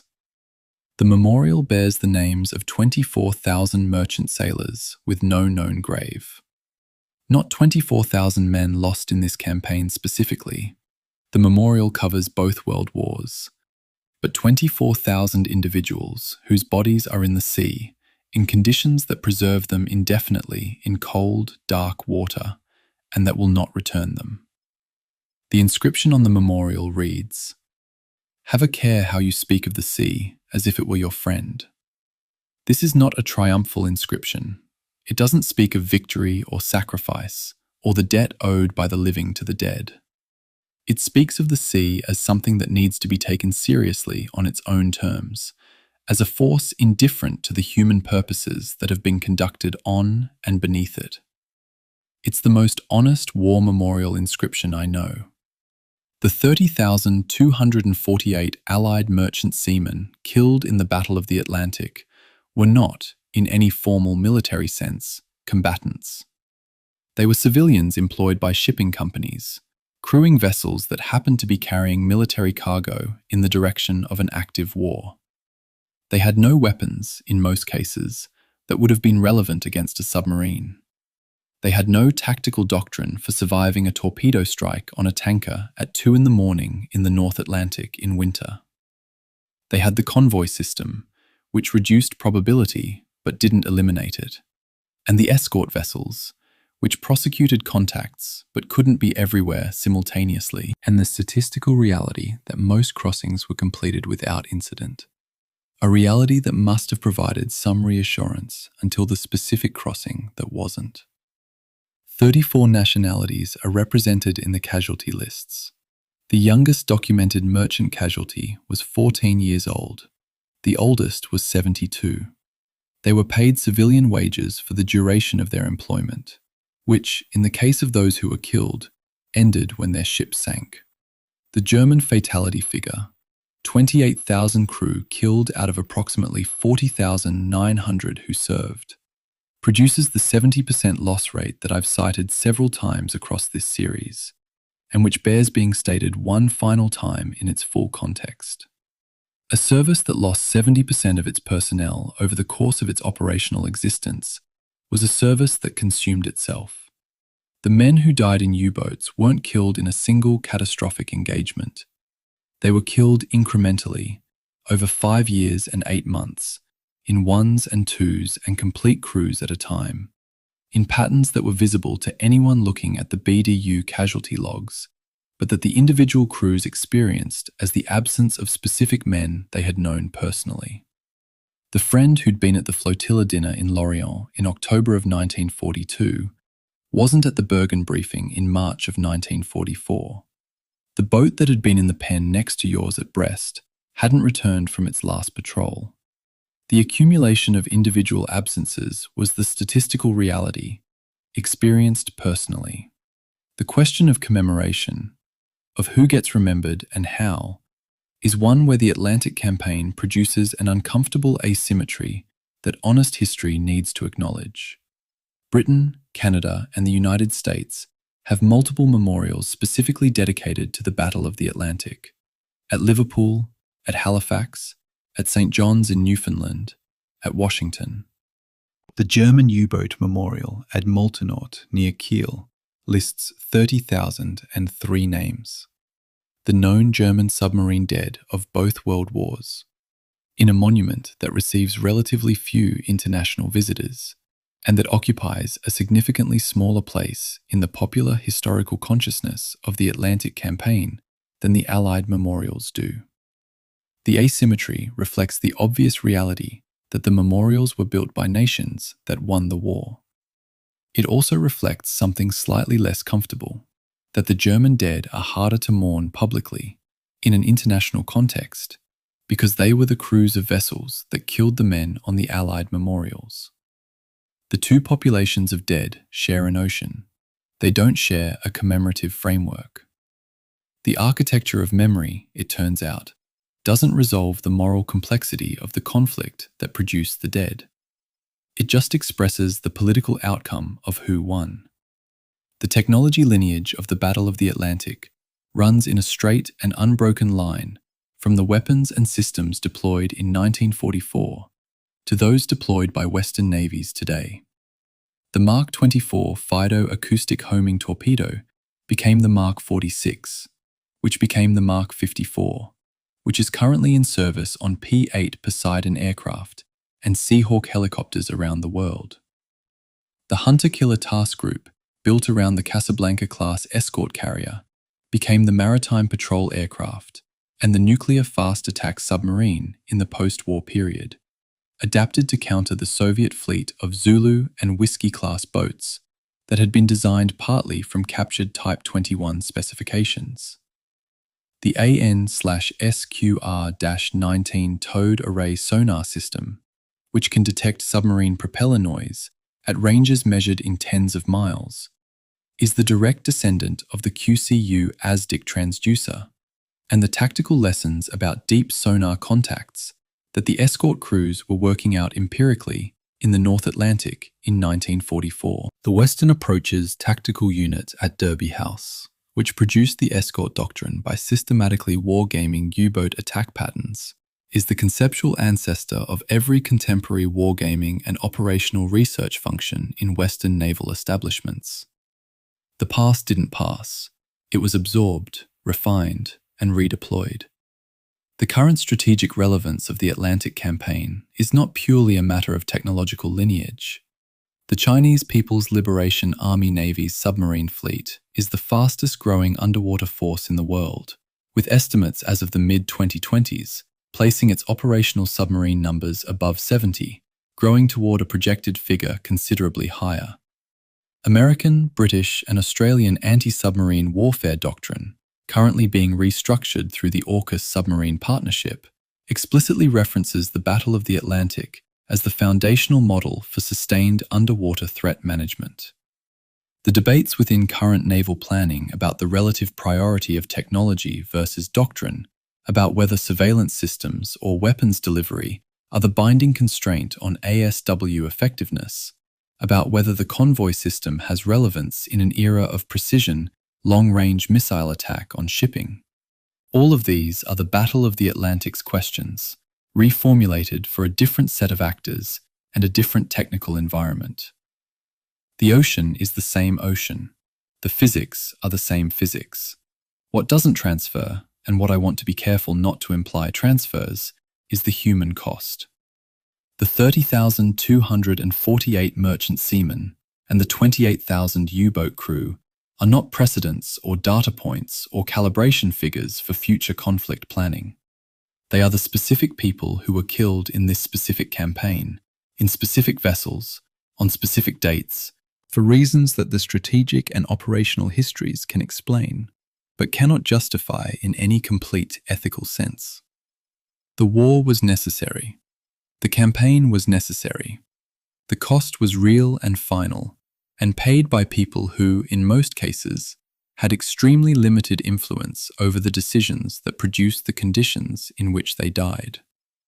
The merchant sailor who signed on to a convoy in Halifax in January of 1944, or the 20-year-old engineering officer who boarded his boat at Bergen in the same month, had not designed the strategic situation they were navigating. They were inside it, doing their jobs, carrying the weight of decisions made well above their pay grade, and hoping to get home. Several dozen U-boat veterans, in the 1990s and early 2000s, attended memorial services at the Allied Merchant Navy memorials in Liverpool and Halifax. They weren't attending their own memorial. They were attending memorials to the men they had been sent to kill. The organisers of the Liverpool Memorial had begun including invitations to German veterans from the mid-1990s onward, a decision that generated some controversy and considerable correspondence in the letters pages of naval history journals. The encounters between elderly German sailors and elderly British merchant seamen at those services were documented by the Imperial War Museum's Oral History Project. The accounts are consistent in their texture. Quiet conversations, sometimes formal, sometimes unexpectedly direct, without resolution. The men on both sides had been in the same ocean at the same time, doing things to each other that the official records documented in tonnage and grid references. At Liverpool in the 1990s, those records were set aside, and the men themselves stood in the same room. Nobody reported that this produced clarity. Nobody reported that it closed anything that had been left open. It appears to have produced something more modest and perhaps more accurate. Recognition. The kind that doesn't explain anything, doesn't justify anything, and doesn't pretend to. Just the acknowledgement that the other man had also been there, and that both of them had lived, and that not everyone had. The Atlantic floor between North America and Britain holds the wrecks of approximately 783 U-boats, several thousand Allied merchant vessels, hundreds of escort warships, and an unknown number of aircraft. The water at depth is cold enough, and the pressure is high enough to preserve steel and organic material for periods measured in centuries. The men still aboard those vessels are in the same positions they occupied when the vessels sank. The ocean has not returned them, and will not return them. When deepwater survey technology locates a wreck, as has been happening with increasing frequency as the equipment improves, the discovery raises questions that the legal and ethical frameworks governing maritime archaeology have not fully answered. What obligation exists toward remains in a vessel that is simultaneously a gravesite, a navigational hazard, a piece of state property, and a historical monument? What is owed to the families of men whose whereabouts have been unknown for 80 years, and whose location, when finally established, is a set of coordinates on a chart rather than a grave they can visit? There are ongoing discussions at the International Maritime Organization and in the domestic law of several maritime nations. There are no settled answers. The Tower Hill Memorial's inscription, "Have a care how you speak of the sea as if it were your friend," was not written about the Battle of the Atlantic specifically. It predates the Second World War, but it describes the campaign with more precision than most of the official tributes do. The sea in this story is not a backdrop or a setting or a metaphor. It is the thing itself, cold, indifferent, enormously powerful, and still containing the physical remains of the campaign that was fought across it. 30,248 names on Allied memorials, 30,003 on the German one at Moltenort, an ocean floor with thousands of wrecks that no monument adequately marks. And the question that the campaign leaves open, which I've carried through 17 chapters of this series, and which I don't have an answer to. At what point, and by whose authority, and through what moral process, does an institution recognize that the campaign it is conducting has become an exercise in killing people for reasons that the strategic situation no longer justifies? The Battle of the Atlantic arrived at that point somewhere in the course of 1944. The killing continued until the 7th of May, 1945. The gap between those two dates is the measure of something that the tonnage figures don't record and the kill ratios don't explain. It was paid for in the specific, individual, irretrievable lives of the men on both sides who went to sea in that final year and didn't come back.